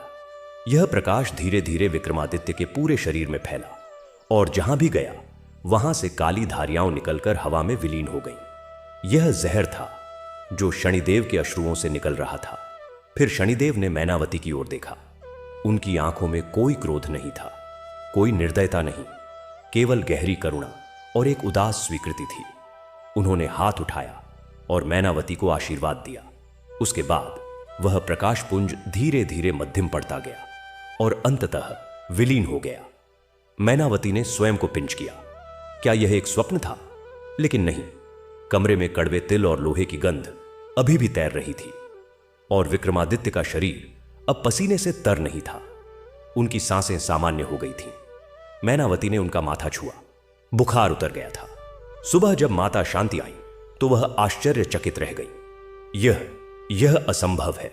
जहर पूरी तरह नष्ट हो गया है। यह एक चमत्कार है। मैनावती ने रात की घटना के बारे में किसी से नहीं कहा।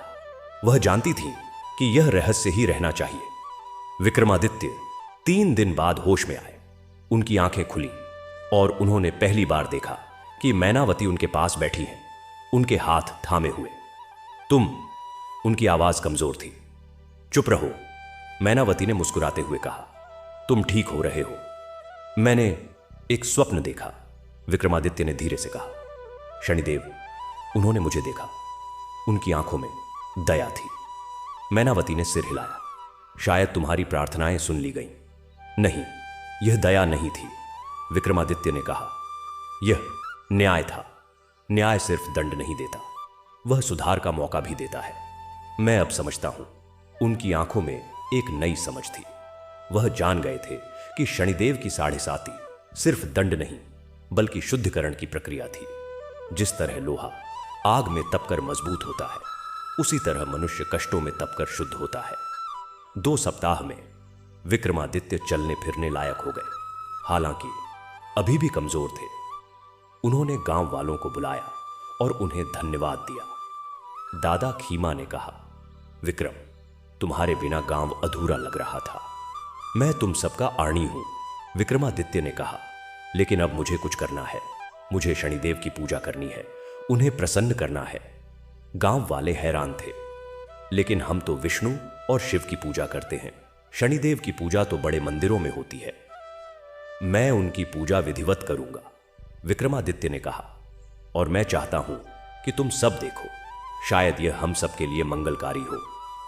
उन्होंने माता शांति से पूछा, क्या आप जानती हैं शनिदेव की पूजा विधि?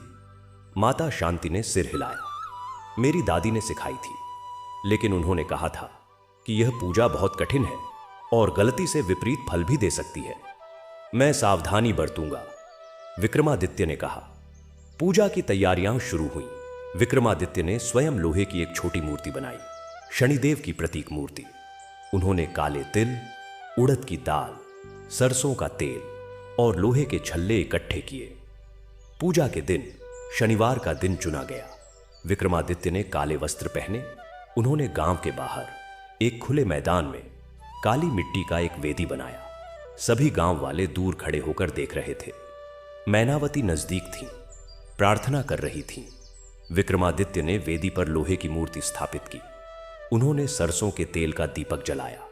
फिर उन्होंने काले तिल और उड़द दाल मूर्ति पर अर्पित किए। सबसे महत्वपूर्ण क्षण आया, मंत्र जप। विक्रमादित्य ने आंखें बंद की और गहरी सांस ली। फिर उन्होंने मंत्र उच्चारण शुरू किया। एयूएम शम शनैश्चराय नमः। उन्होंने मंत्र को 108 बार दोहराया। हर बार मंत्र के साथ वह मूर्ति पर तिल अर्पित करते। जैसे जैसे मंत्र जप होता गया, वैसे वैसे आसपास का वातावरण बदलने लगा। हवा रुक सी गई, पक्षियों की चहचहाट बंद हो गई। आकाश में बादल छा गए, लेकिन वर्षा नहीं हुई।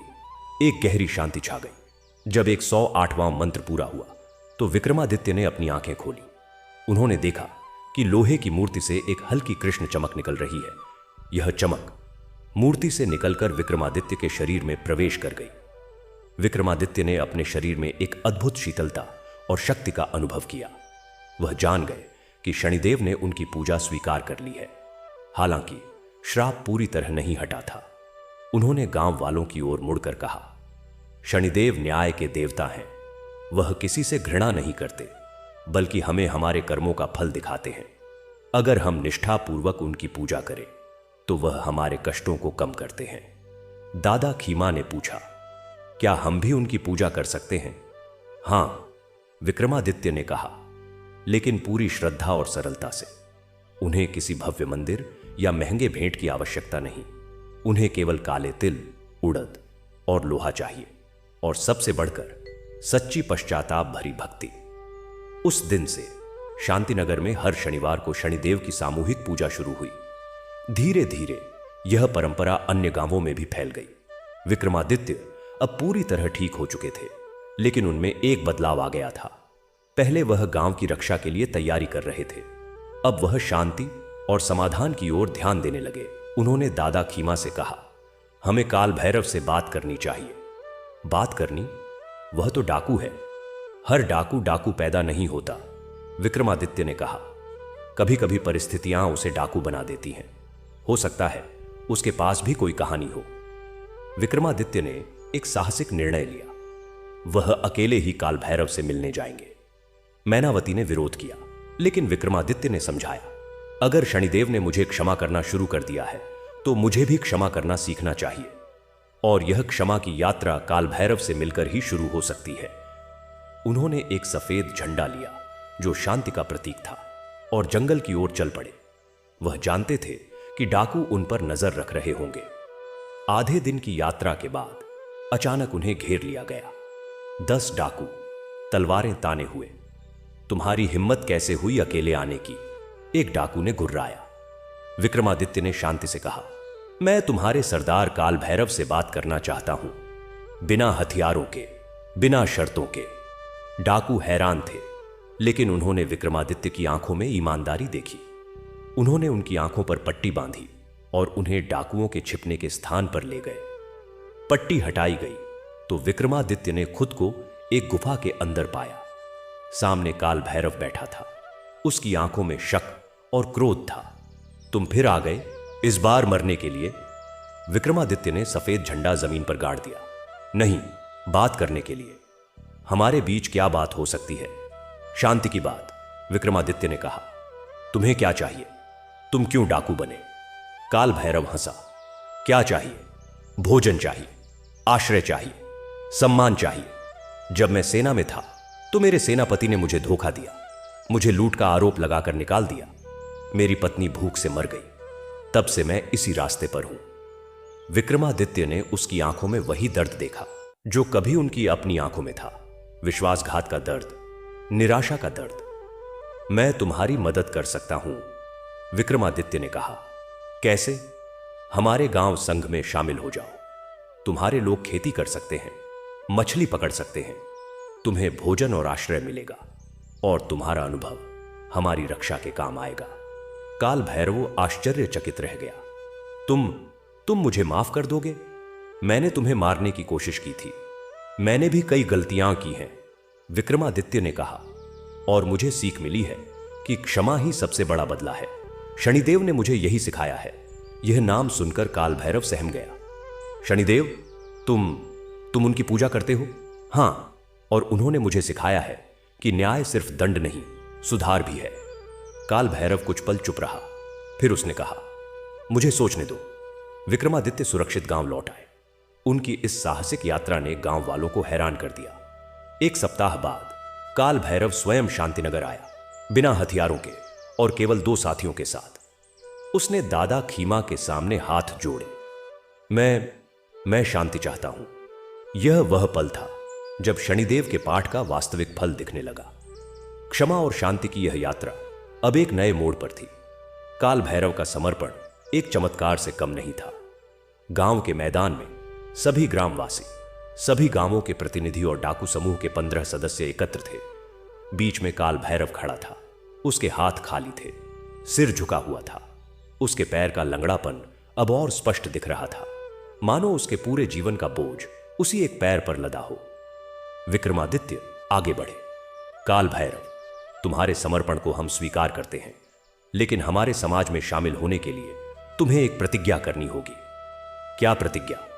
काल भैरव ने सिर उठाकर पूछा। पहली, हिंसा का त्याग। दूसरी, ईमानदारी से श्रम करने की प्रतिज्ञा। तीसरी, गांव संघ के नियमों का पालन। काल भैरव ने हाथ जोड़े। मैं प्रतिज्ञा करता हूं। मेरे साथियों ने भी यही निर्णय लिया है। दादा खीमा ने आगे बढ़कर कहा, तुम्हारे अतीत के अपराधों का प्रायश्चित होना चाहिए। हमारी परंपरा के अनुसार तुम्हें 7 दिनों तक गांव की सेवा करनी होगी। सफाई, निर्माण और घायलों की देखभाल। उसके बाद ही तुम पूर्ण सदस्य माने जाओगे। काल भैरव ने सिर हिलाया। मैं स्वीकार करता हूं। इस प्रकार शुरू हुआ काल भैरव का प्रायश्चित काल। पहले दिन उसे गांव की सफाई करनी थी। वह जो कभी तलवार चलाता था, आज झाड़ू लेकर गलियां साफ कर रहा था। कुछ गांव वाले उस पर ताने मारते, कुछ उसे घृणा से देखते, लेकिन विक्रमादित्य ने सबको समझाया, हर कोई बदल सकता है अगर हम उसे मौका दें। दूसरे दिन काल भैरव को गांव की खाई की मरम्मत करनी थी। उसने देखा कि बलराम एक भारी पत्थर उठाने के लिए संघर्ष कर रहा है। बिना कुछ कहे काल भैरव आगे बढ़ा और अपने कंधे पर पत्थर रखकर उसे उठा लिया। बलराम ने उसे आश्चर्य से देखा। तुम्हारे कंधे पर पुराना घाव है, बलराम ने कहा, काल भैरव के कंधे पर पुराने तलवार के निशान देखकर। युद्ध की यादें, काल भैरव ने संक्षिप्त उत्तर दिया। तीसरे दिन काल भैरव को माता शांति के साथ जड़ी बूटियां इकट्ठा करने जंगल जाना था। जंगल में माता शांति ने उससे पूछा, तुम्हारी मां कहां है? काल भैरव की आंखें नम हो गई। वह बहुत पहले चल बसी, जब मैं छोटा था। हर मां अपने बच्चे को अच्छा ही देखना चाहती है। माता शांति ने कहा, तुम आज जो कर रहे हो वह तुम्हारी मां को गर्व कराएगा। चौथे दिन काल भैरव ने रणजीत सिंह के घाव की देखभाल की। रणजीत सिंह ने उसे अपने सैनिक जीवन की कहानियां सुनाई। काल भैरव ने भी अपनी कहानी सुनाई, कैसे वह एक ईमानदार सैनिक था, कैसे उसके सेनापति ने उसे फंसाया, कैसे उसकी पत्नी बीमारी से मर गई और कैसे वह निराशा में डाकू बन गया। मैंने भी गलतियां की है, रणजीत सिंह ने कहा, लेकिन सच्चा वीर वही है जो अपनी गलतियां स्वीकार करे और सुधारे। पांचवें दिन काल भैरव ने बच्चों को जंगल में जानवरों के पद चिन्ह पहचानना सिखाया। बच्चे पहले डरे, लेकिन फिर उसके आसपास जमा हो गए।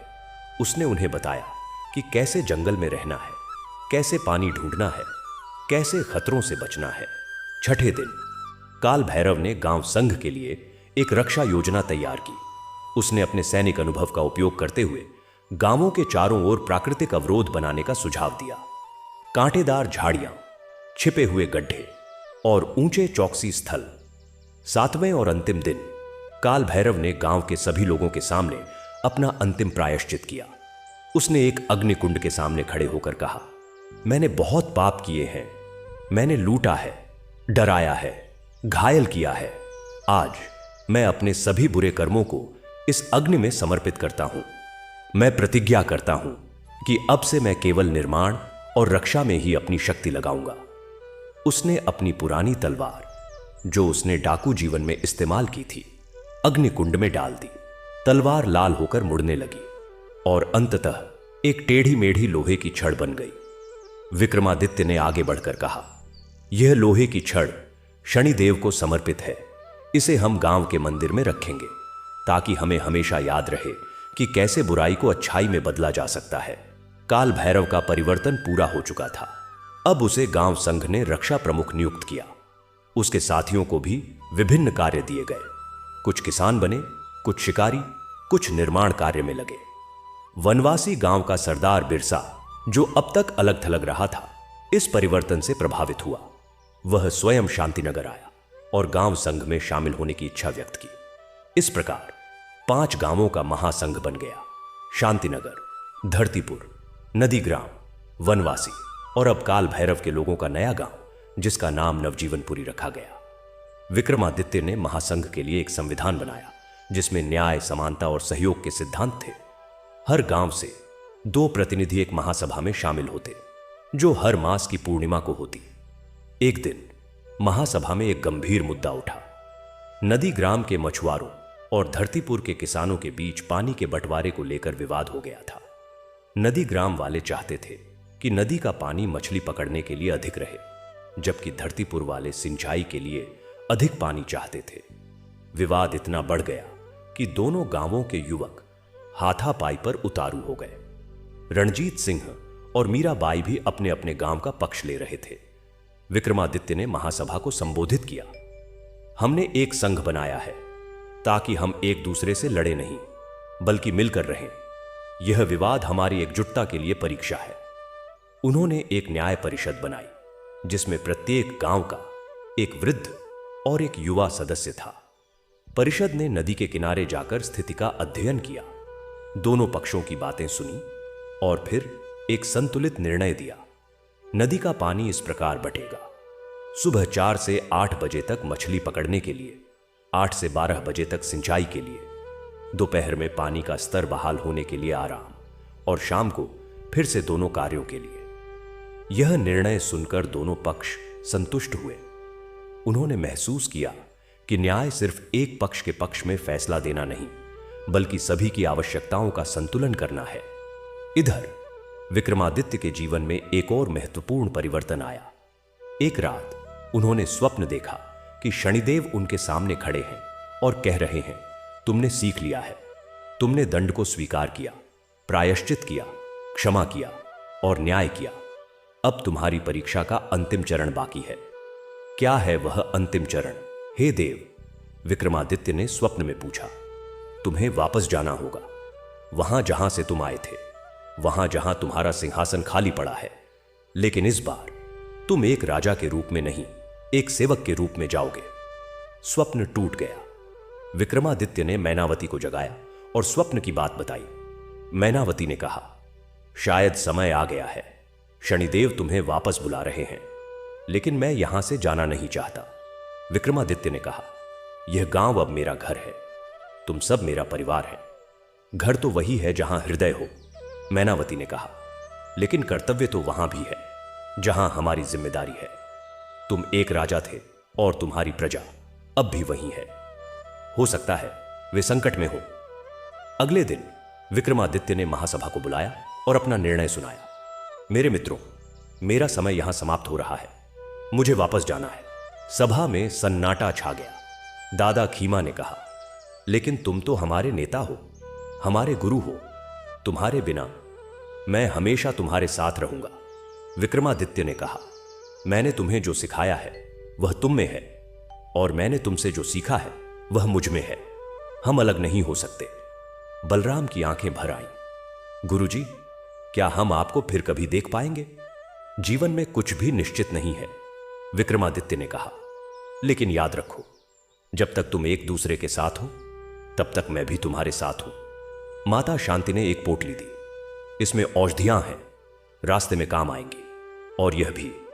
उन्होंने एक काला तिल और एक लोहे की कील दी। शनिदेव तुम्हारे साथ है। काल भैरव आगे बढ़ा। महाराज, मैं आपके साथ चलूंगा, मैं आपकी रक्षा करूंगा।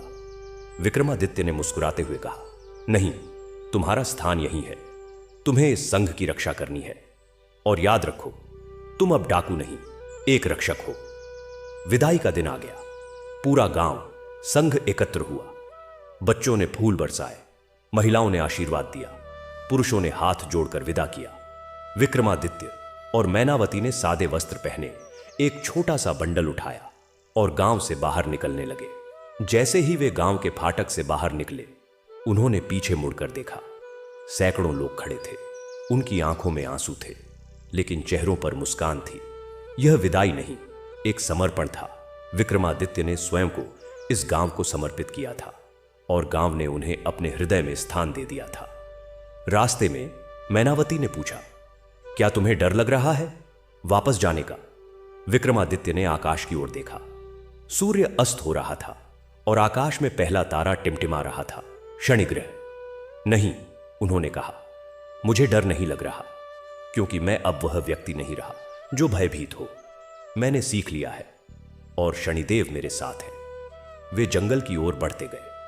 पीछे गांव की घंटियां बज रही थीं, मानो उन्हें विदाई दे रही हों। आगे एक लंबी यात्रा थी, वापसी की यात्रा, लेकिन एक नए व्यक्ति के रूप में। जंगल का पहला चरण उनके लिए परिचित था। वही रास्ते, वही पेड़, वही धाराएं जिनसे वे गांव आते समय गुजरे थे। किंतु अब वही जंगल भिन्न भाव लिए हुए था। पहले यह जंगल शत्रु था, अब यह एक कठोर गुरु लग रहा था। पेड़ों की शाखाएं अब उन पर कोप नहीं, आशीर्वाद की तरह झुकी हुई प्रतीत होती थीं। पहली रात उन्होंने उसी वट वृक्ष के नीचे बिताई जहां पहली रात भैंसे से उनका सामना हुआ था। अब कोई भैंसा नहीं दिखा, केवल एक जंगली बिल्ली की आंखें अंधेरे में चमकती रहीं, मानो उन पर नजर रख रही हो। दूसरे दिन दोपहर तक वे जंगल के एक ऐसे हिस्से में पहुंच गए जो उनके लिए अपरिचित था। यहां पेड़ घने थे, सूर्य की किरणें मुश्किल से धरती तक पहुंच पाती थीं। हवा में नमी और सड़न की गंध थी। मैनावती ने कहा, मुझे यह जगह अशुभ लग रही है, क्या हम दूसरा रास्ता नहीं अपना सकते? विक्रमादित्य ने जमीन पर नीचे झुककर पत्तियों और मिट्टी का निरीक्षण किया। यहां जानवरों के पदचिह्न नहीं है। यह संकेत है कि यह क्षेत्र खतरनाक हो सकता है, लेकिन दूसरा रास्ता हमें 3 दिन पीछे धकेल देगा। हम सतर्क रहकर आगे बढ़ेंगे। वे धीरे धीरे आगे बढ़े। अचानक मैनावती का पैर फिसला और वह एक दलदल में फंस गई। वह तेजी से नीचे धंसने लगी। विक्रम! विक्रमादित्य ने तुरंत अपनी लकड़ी की छड़ी आगे बढ़ाई। पकड़ो! मैनावती ने छड़ी पकड़ी, लेकिन दलदल का खिंचाव बहुत ताकतवर था। विक्रमादित्य ने पास के एक पेड़ की जड़ पकड़ी और जोर लगाया। उनकी मांसपेशियां तन गईं, पसीने से तर हो गई। धीरे धीरे वह मैनावती को बाहर खींचने में सफल हुए। दोनों हाँफ रहे थे। मैनावती के वस्त्र दलदल से सने हुए थे। यह दलदल प्राकृतिक नहीं लगता, ऐसा लगता है जानबूझकर बनाया गया हो। विक्रमादित्य ने आसपास नजर दौड़ाई। उन्होंने देखा कि कुछ पेड़ों पर निशान बने हुए थे, एक विशेष प्रकार की खरोंच जो मानव निर्मित लगती थी। यह एक जाल है, उन्होंने कहा। शायद डाकुओं ने बनाया है या फिर और किसी ने। वे और सतर्क हो गए।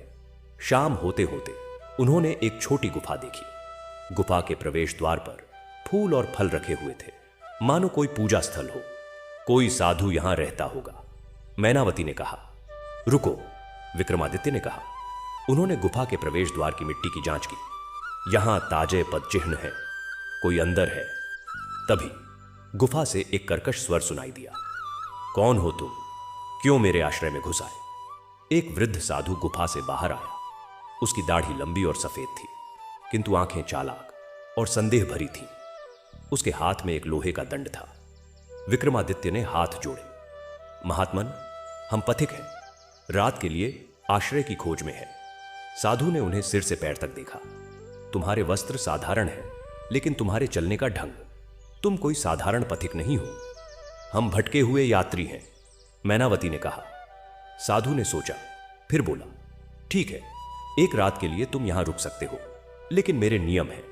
गुफा के भीतर नहीं जाना, मेरी वस्तुओं को नहीं छूना और आधी रात के बाद बाहर नहीं निकलना। विक्रमादित्य ने सहमति दी। साधु ने उनके लिए गुफा के बाहर एक स्थान दिखाया। रात के भोजन के लिए उसने उन्हें कुछ जड़ें और फल दिए। आधी रात को विक्रमादित्य की नींद खुल गई। उन्हें गुफा के भीतर से आहट सुनाई दी। उन्होंने चुपके से देखा।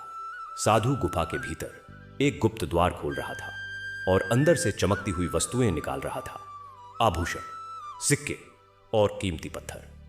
वह कोई साधु नहीं, एक छिपा हुआ डाकू था। विक्रमादित्य ने मैनावती को जगाया और चुपके से उन्हें दिखाया। हमें यहां से निकलना होगा, अभी। लेकिन तभी साधु ने उन्हें देख लिया। उसकी आंखें क्रोध से चमक उठी। तो तुमने देख लिया, अब तुम जीवित नहीं बचोगे। उसने अपना लोहे का दंड उठाया और उन पर हमला किया। विक्रमादित्य ने अपनी छड़ी से बचाव किया। लड़ाई छिड़ गई। साधु युवा नहीं था, लेकिन उसमें अद्भुत फुर्ती थी। उसके हर वार में कुशलता थी। विक्रमादित्य ने पहचान लिया, यह कोई साधारण डाकू नहीं, बल्कि कोई प्रशिक्षित योद्धा था जो साधु का वेश धारण किए हुए था। तुम कौन हो? विक्रमादित्य ने पूछा, जबकि वह उसके वारों से बच रहा था। मैं वह हूं जिसे तुमने मार डाला समझा था, साधु ने चीख कर कहा। मैं महिपाल का भाई हूं, कुंभीपाल। तुमने मेरे भाई को युद्ध में मार डाला और उसका राज्य हड़प लिया। विक्रमादित्य को याद आया, महिपाल, वही राजा जिसने उज्जैनी पर आक्रमण किया था और जिसे युद्ध में पराजित किया था। लेकिन उसकी मृत्यु तो दुर्घटनावश हुई थी, उसकी हत्या नहीं की थी। तुम्हारे भाई की मृत्यु युद्ध में हुई थी, मैंने उसकी हत्या नहीं की। झूठ! कुंभीपाल चीखा। मैंने प्रतिज्ञा की थी कि तुम्हें नष्ट कर दूंगा। जब तुम्हारा राज्य टूटा, तब मैंने सोचा कि मेरा बदला पूरा हो गया, लेकिन अब तुम जीवित हो और मैं तुम्हें खत्म कर दूंगा। उसने और जोर से हमला किया। विक्रमादित्य ने देखा कि इस लड़ाई में जीतना कठिन होगा। उन्होंने एक चाल चली। उन्होंने जमीन पर रेत फेंकी, जो कुंभीपाल की आंखों में जा गई। उस क्षण का लाभ उठाकर उन्होंने उसके हाथ से दंड छीन लिया और उसे जमीन पर गिरा दिया। मैं तुम्हें मार सकता हूं, विक्रमादित्य ने कहा, लेकिन मैं नहीं मारूंगा, क्योंकि मैंने प्रतिज्ञा की है कि अब हिंसा नहीं करूंगा। कुंभीपाल जमीन पर पड़ा हुआ था। उसकी आंखों में आश्चर्य और क्रोध था। तुम मुझे क्यों छोड़ रहे हो? क्योंकि बदला एक अंतहीन चक्र है, विक्रमादित्य ने कहा। मैं तुम्हारे भाई की मृत्यु के लिए खेद प्रकट करता हूं, लेकिन मैंने उसकी हत्या नहीं की, और अब मैं तुम्हें क्षमा करता हूं। यह कहकर विक्रमादित्य ने दंड जमीन पर फेंक दिया और मैनावती का हाथ पकड़कर वहां से चल पड़े। कुंभीपाल जमीन पर पड़ा रहा। उसकी आंखों से आंसू बहने लगे। वह समझ गया कि विक्रमादित्य अब वह व्यक्ति नहीं रहे जो युद्ध में उसके भाई से लड़े थे। उसने प्रतिज्ञा की, हुई बदले की आग में जल रहा था, लेकिन अब उस आग में ईंधन समाप्त हो गया था। अगले 3 दिनों की यात्रा शांतिपूर्ण रही। वे जंगल के किनारे पर पहुंच गए थे और अब उनके सामने खुले मैदान थे जो उज्जैनी की ओर जाते थे। एक दिन दोपहर उन्होंने एक यात्री दल देखा, व्यापारी जो बैलगाड़ियों में सामान ले जा रहे थे। विक्रमादित्य ने उनसे उज्जैनी के बारे में पूछा। व्यापारियों का मुखिया, एक मोटा गंभीर व्यक्ति, बोला, उज्जैनी? अरे, वह तो अब पहले जैसी नहीं रही। राजा विक्रमादित्य के गायब होने के बाद से वहां अराजकता फैल गई है। उनके मंत्री भैरव ने शासन संभाला था, लेकिन वह बूढ़े हो गए हैं। अब राजकुमार मलय वर्मा ने सत्ता हथियाने की कोशिश की है, जो दूर का रिश्तेदार है, लेकिन वह न्यायप्रिय नहीं है। कर बढ़ा दिए हैं और जो विरोध करता है उसे कैद कर लेता है। विक्रमादित्य का हृदय दुख से भर गया। और प्रजा दुखी है। कई लोग शहर छोड़कर जा चुके हैं। व्यापार कम हो गया है। डाकू सड़कों पर हमला करते हैं। यह सब राजा के चले जाने के बाद से हुआ है। क्या कोई उनकी खोज नहीं कर रहा? मैनावती ने पूछा। खोज? पहले तो खोज हुई, लेकिन कुछ महीनों बाद मंत्री भैरव ने घोषणा कर दी कि राजा और रानी का देहांत हो गया है। अब तो सभी मान चुके हैं कि वह जीवित नहीं है। व्यापारी ने उन्हें कुछ भोजन और पानी दिया और आगे चल दिया। विक्रमादित्य और मैनावती चुपचाप बैठे रहे। सब कुछ बिखर गया है, विक्रमादित्य ने कहा। उनकी आवाज में दर्द था। मेरी एक भूल ने सब कुछ नष्ट कर दिया। अब समय पश्चाताप का नहीं, बल्कि सुधार का है। मैनावती ने कहा, तुम वहां जा रहे हो नया व्यक्ति बनकर। तुम्हें सब कुछ ठीक करना होगा। लेकिन कैसे? सब मान चुके हैं कि मैं मर चुका हूं। अगर मैं अचानक प्रकट हो गया तो मलय वर्मा मुझे मार डालेगा। हमें चतुराई से काम लेना होगा, मैनावती ने कहा। हमें पहले मंत्री भैरव से मिलना चाहिए। केवल वही हमारी पहचान जानते हैं और विश्वास कर सकते हैं। वे 2 दिन और चले और अंततः उज्जैनी की पहाड़ियां दिखाई देने लगी। शहर अब भी दूर था, लेकिन उसकी ऊंची दीवारें और महलों के शिखर धुंधले दिख रहे थे। अंतिम रात उन्होंने एक छोटे मंदिर में बिताई जो रास्ते में था। मंदिर का पुजारी एक वृद्ध ब्राह्मण था जो अकेला रहता था। जब विक्रमादित्य ने अपना परिचय दिया तो पुजारी की आंखें चौंधिया गईं। राजा विक्रमादित्य? लेकिन आप तो? मैं जीवित हूं गुरुजी, लेकिन अभी यह रहस्य रहना चाहिए। पुजारी ने हाथ जोड़ लिए। हे देव, आपके वापस आने की प्रतीक्षा में हम प्रतिदिन प्रार्थना करते थे। शहर में अंधकार छा गया है। मलय वर्मा ने कई मंदिरों को बंद करवा दिया है और देवताओं की मूर्तियों को हटा दिया है। वह कहता है कि केवल शक्ति ही पूजनीय है। क्या मंत्री भैरव जीवित हैं? विक्रमादित्य ने पूछा। हां, लेकिन वह घर में नजरबंद है। मलय वर्मा ने उन्हें कैद कर रखा है, यह कहकर कि वह बूढ़े हो गए हैं और उचित निर्णय नहीं ले सकते। विक्रमादित्य ने एक योजना बनाई। क्या आप मेरा एक संदेश मंत्री भैरव तक पहुंचा सकते हैं? पुजारी ने सहमति दी। विक्रमादित्य ने एक पत्र लिखा, लेकिन उसमें सीधे नहीं लिखा। उन्होंने एक गुप्त भाषा का प्रयोग किया जो केवल भैरव ही समझ सकता था। वह भाषा जो उन्होंने युद्ध के समय गुप्त संदेशों के लिए विकसित की थी। पत्र में लिखा था, सिंह वन से लौटा है, किंतु शिकारी की आंखों से बचकर।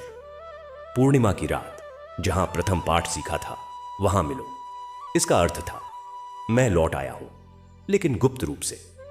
पूर्णिमा की रात राजमहल के उस पुस्तकालय में मिलो जहां मैंने बचपन में पहला पाठ पढ़ा था। पुजारी ने पत्र छिपाया और अगले दिन शहर के लिए प्रस्थान किया। विक्रमादित्य और मैनावती मंदिर में रुके रहे, प्रतीक्षा करते हुए। 2 दिन बीत गए। तीसरे दिन पुजारी लौटा। उसके साथ एक छोटी पोटली थी। मंत्री भैरव ने यह दिया है। उन्होंने कहा कि आप इसे समझ जाएंगे। विक्रमादित्य ने पोटली खोली।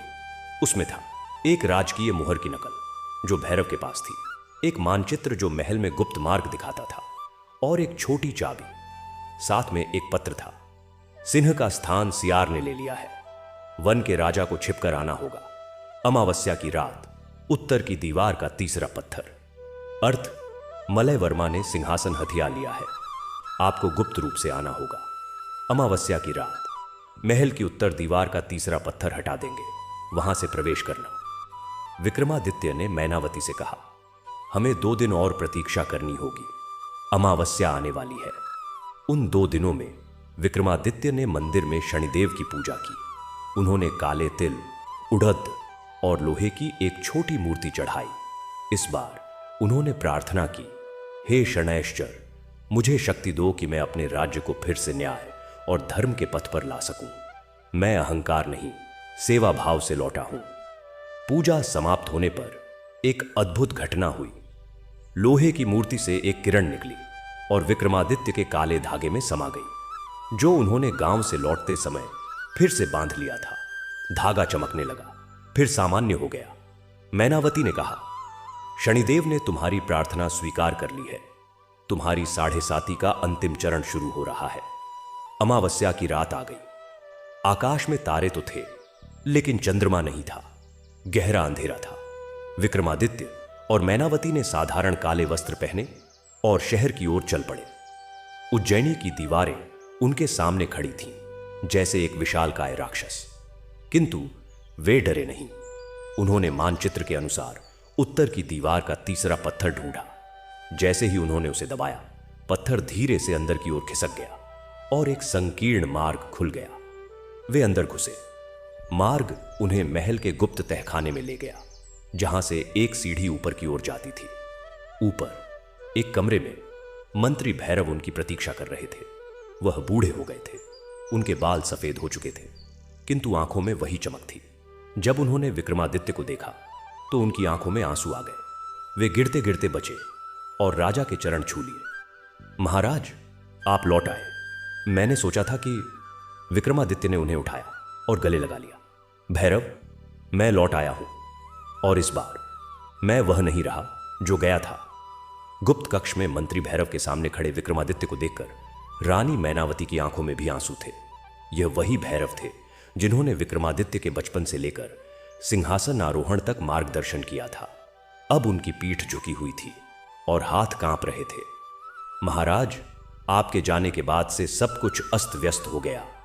भैरव ने कंपकंपाती आवाज में कहा, पहले 6 महीने तो मैंने शासन चलाया, किंतु फिर मलय वर्मा ने सत्ता हथियाने की योजना बनाई।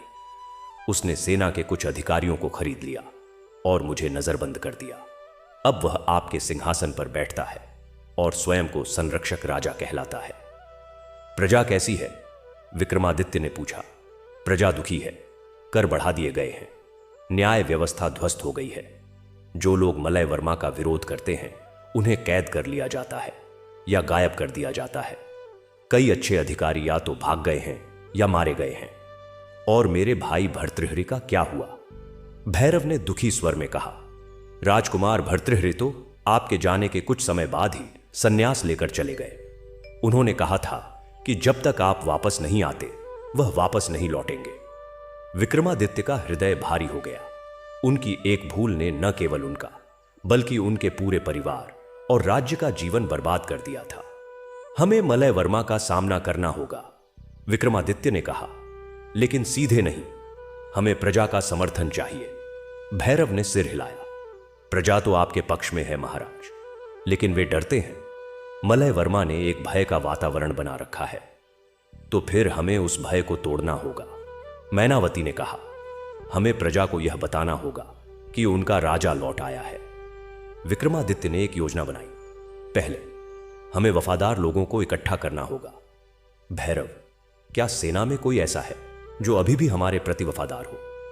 भैरव ने सोचा, हां, सेनापति वीरभद्र, वह आपका बचपन का मित्र था। मलय वर्मा ने उसे महल की रक्षा से हटाकर सीमा पर भेज दिया था, लेकिन उसका पुत्र अर्जुन अभी भी महल की रक्षा में है। वह हमारी मदद कर सकता है। अच्छा, हमें अर्जुन से मिलना होगा।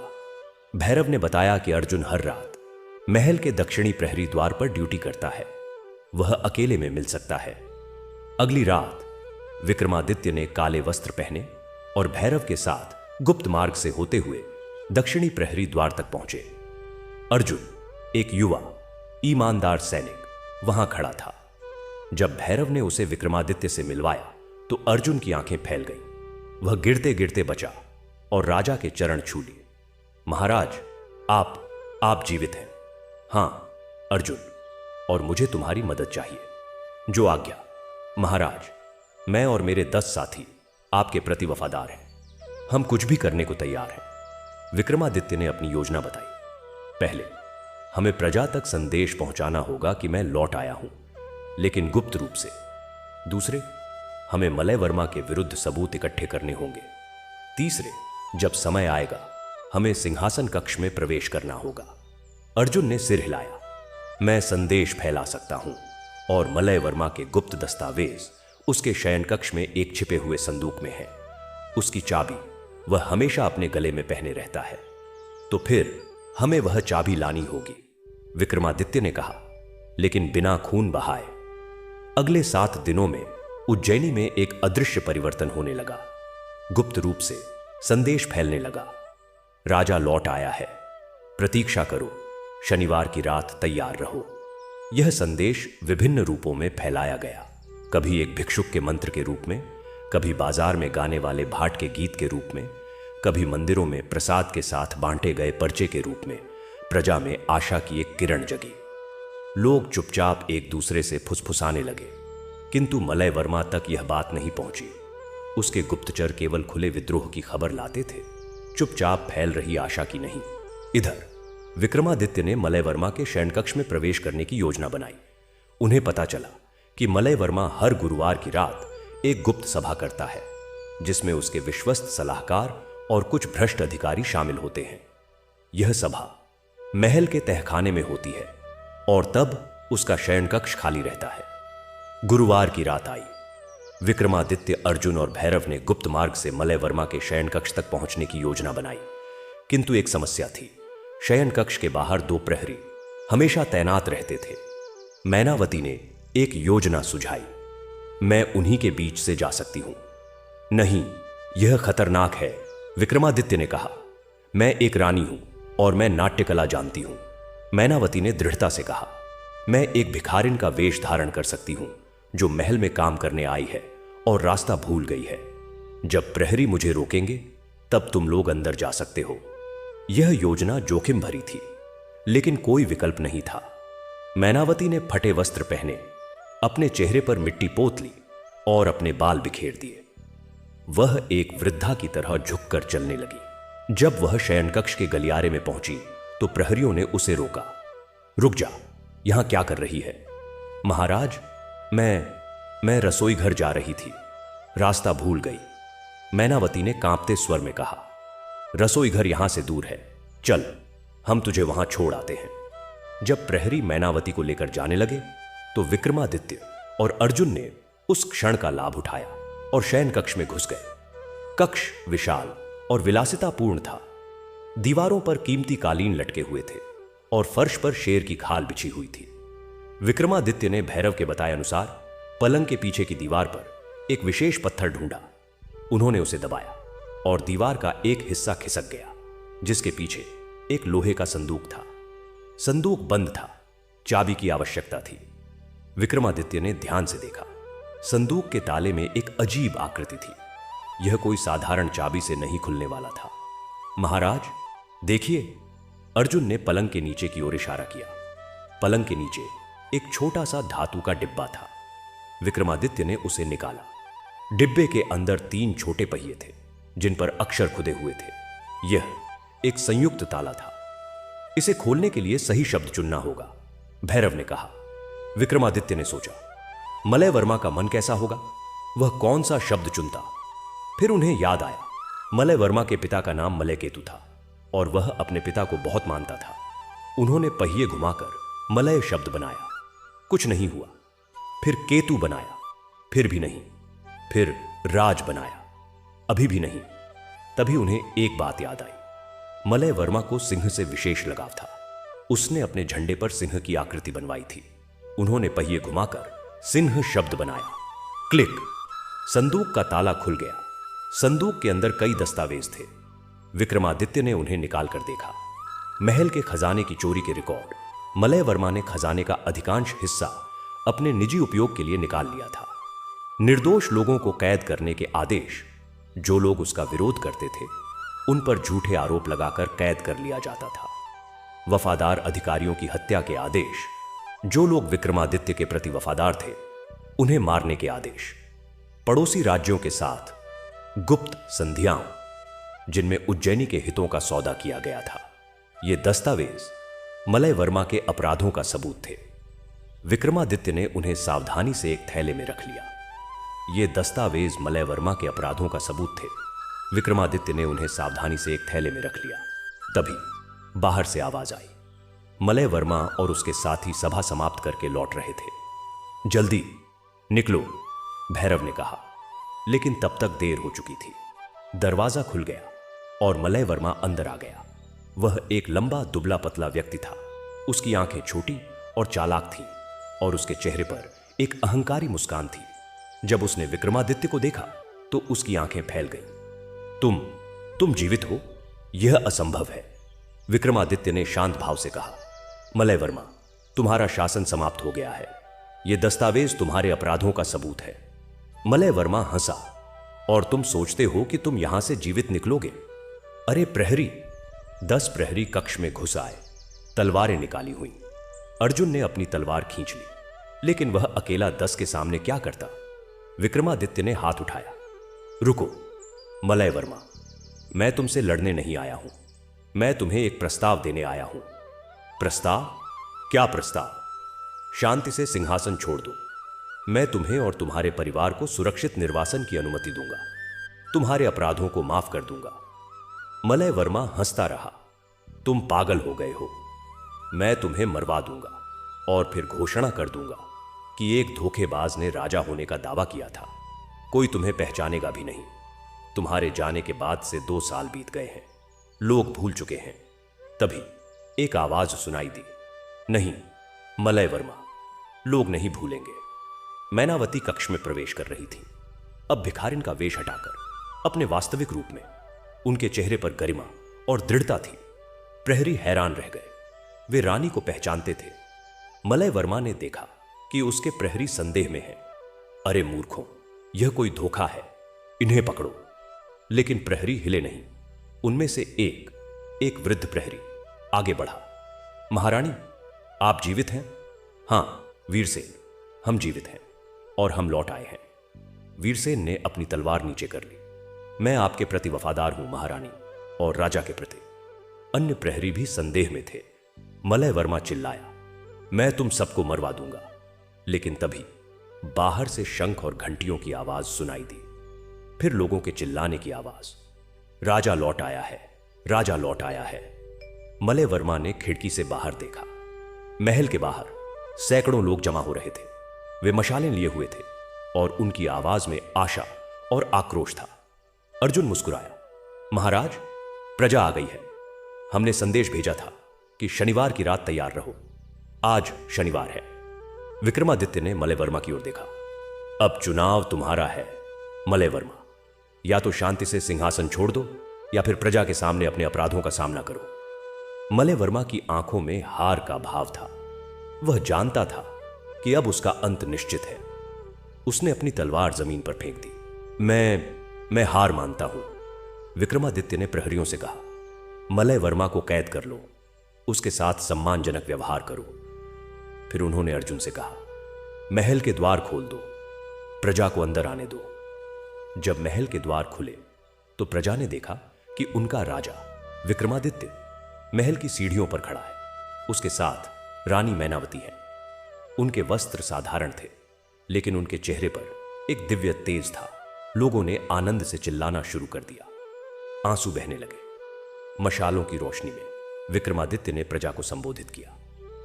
मेरे भाइयों और बहनों, मैं लौट आया हूं और मैं क्षमा मांगता हूं कि मैंने तुम्हें इतने समय तक अकेला छोड़ दिया। मैंने एक गलती की थी और उस गलती का दंड मुझे भुगतना पड़ा। लेकिन आज मैं एक नए व्यक्ति के रूप में लौटा हूं। मैं वादा करता हूं कि अब से मैं न्याय और धर्म के मार्ग पर चलूंगा और मैं शपथ लेता हूं कि कभी भी अहंकार नहीं करूंगा। लोगों ने जय घोष किया। फिर विक्रमादित्य ने कहा, कल सूर्योदय से न्याय की पुनः स्थापना शुरू होगी। सभी बंदियों को मुक्त किया जाएगा जब तक कि उन पर गंभीर अपराधों के आरोप न हो। कर कम कर दिए जाएंगे और हर शनिवार को हम शनिदेव की पूजा करेंगे, जो न्याय के देवता हैं। यह सुनकर लोग और प्रसन्न हुए। उन्होंने महसूस किया कि उनका राजा वास्तव में बदल गया है। उस रात विक्रमादित्य ने अपने पुराने शयन कक्ष में प्रवेश किया। कमरा वैसा ही था, लेकिन अब उसे वह विदेशी लग रहा था। उन्होंने राजकीय वस्त्र नहीं, बल्कि साधारण सफेद वस्त्र पहने। मैनावती ने कहा, आज शनिवार है, क्या हम शनिदेव की पूजा करेंगे? विक्रमादित्य ने हां में सिर हिलाया। उन्होंने एक साधारण कक्ष में काले वस्त्र बिछाए, काले तिल और उड़द रखे और लोहे की एक छोटी मूर्ति स्थापित की। जब उन्होंने मंत्र जप शुरू किया तो एक अद्भुत घटना हुई। कक्ष में शनिदेव प्रकट हुए, लेकिन इस बार उनके चेहरे पर एक मृदु मुस्कान थी। विक्रमादित्य, तुमने सीख लिया है। तुम्हारी 7.5 समाप्त हो गई है। अब से तुम्हारा राज्य फिर से समृद्ध होगा। लेकिन याद रखो, न्याय और विनम्रता ही तुम्हारा मार्गदर्शन करेंगे। विक्रमादित्य ने श्रद्धापूर्वक प्रणाम किया। हे देव, मैं वचन देता हूं। शनिदेव अदृश्य हो गए। विक्रमादित्य ने महसूस किया कि उनके शरीर से एक भारी बोझ उतर गया है। वह जान गए कि अब उनकी वास्तविक परीक्षा शुरू होगी, एक न्याय राजा के रूप में शासन करने की।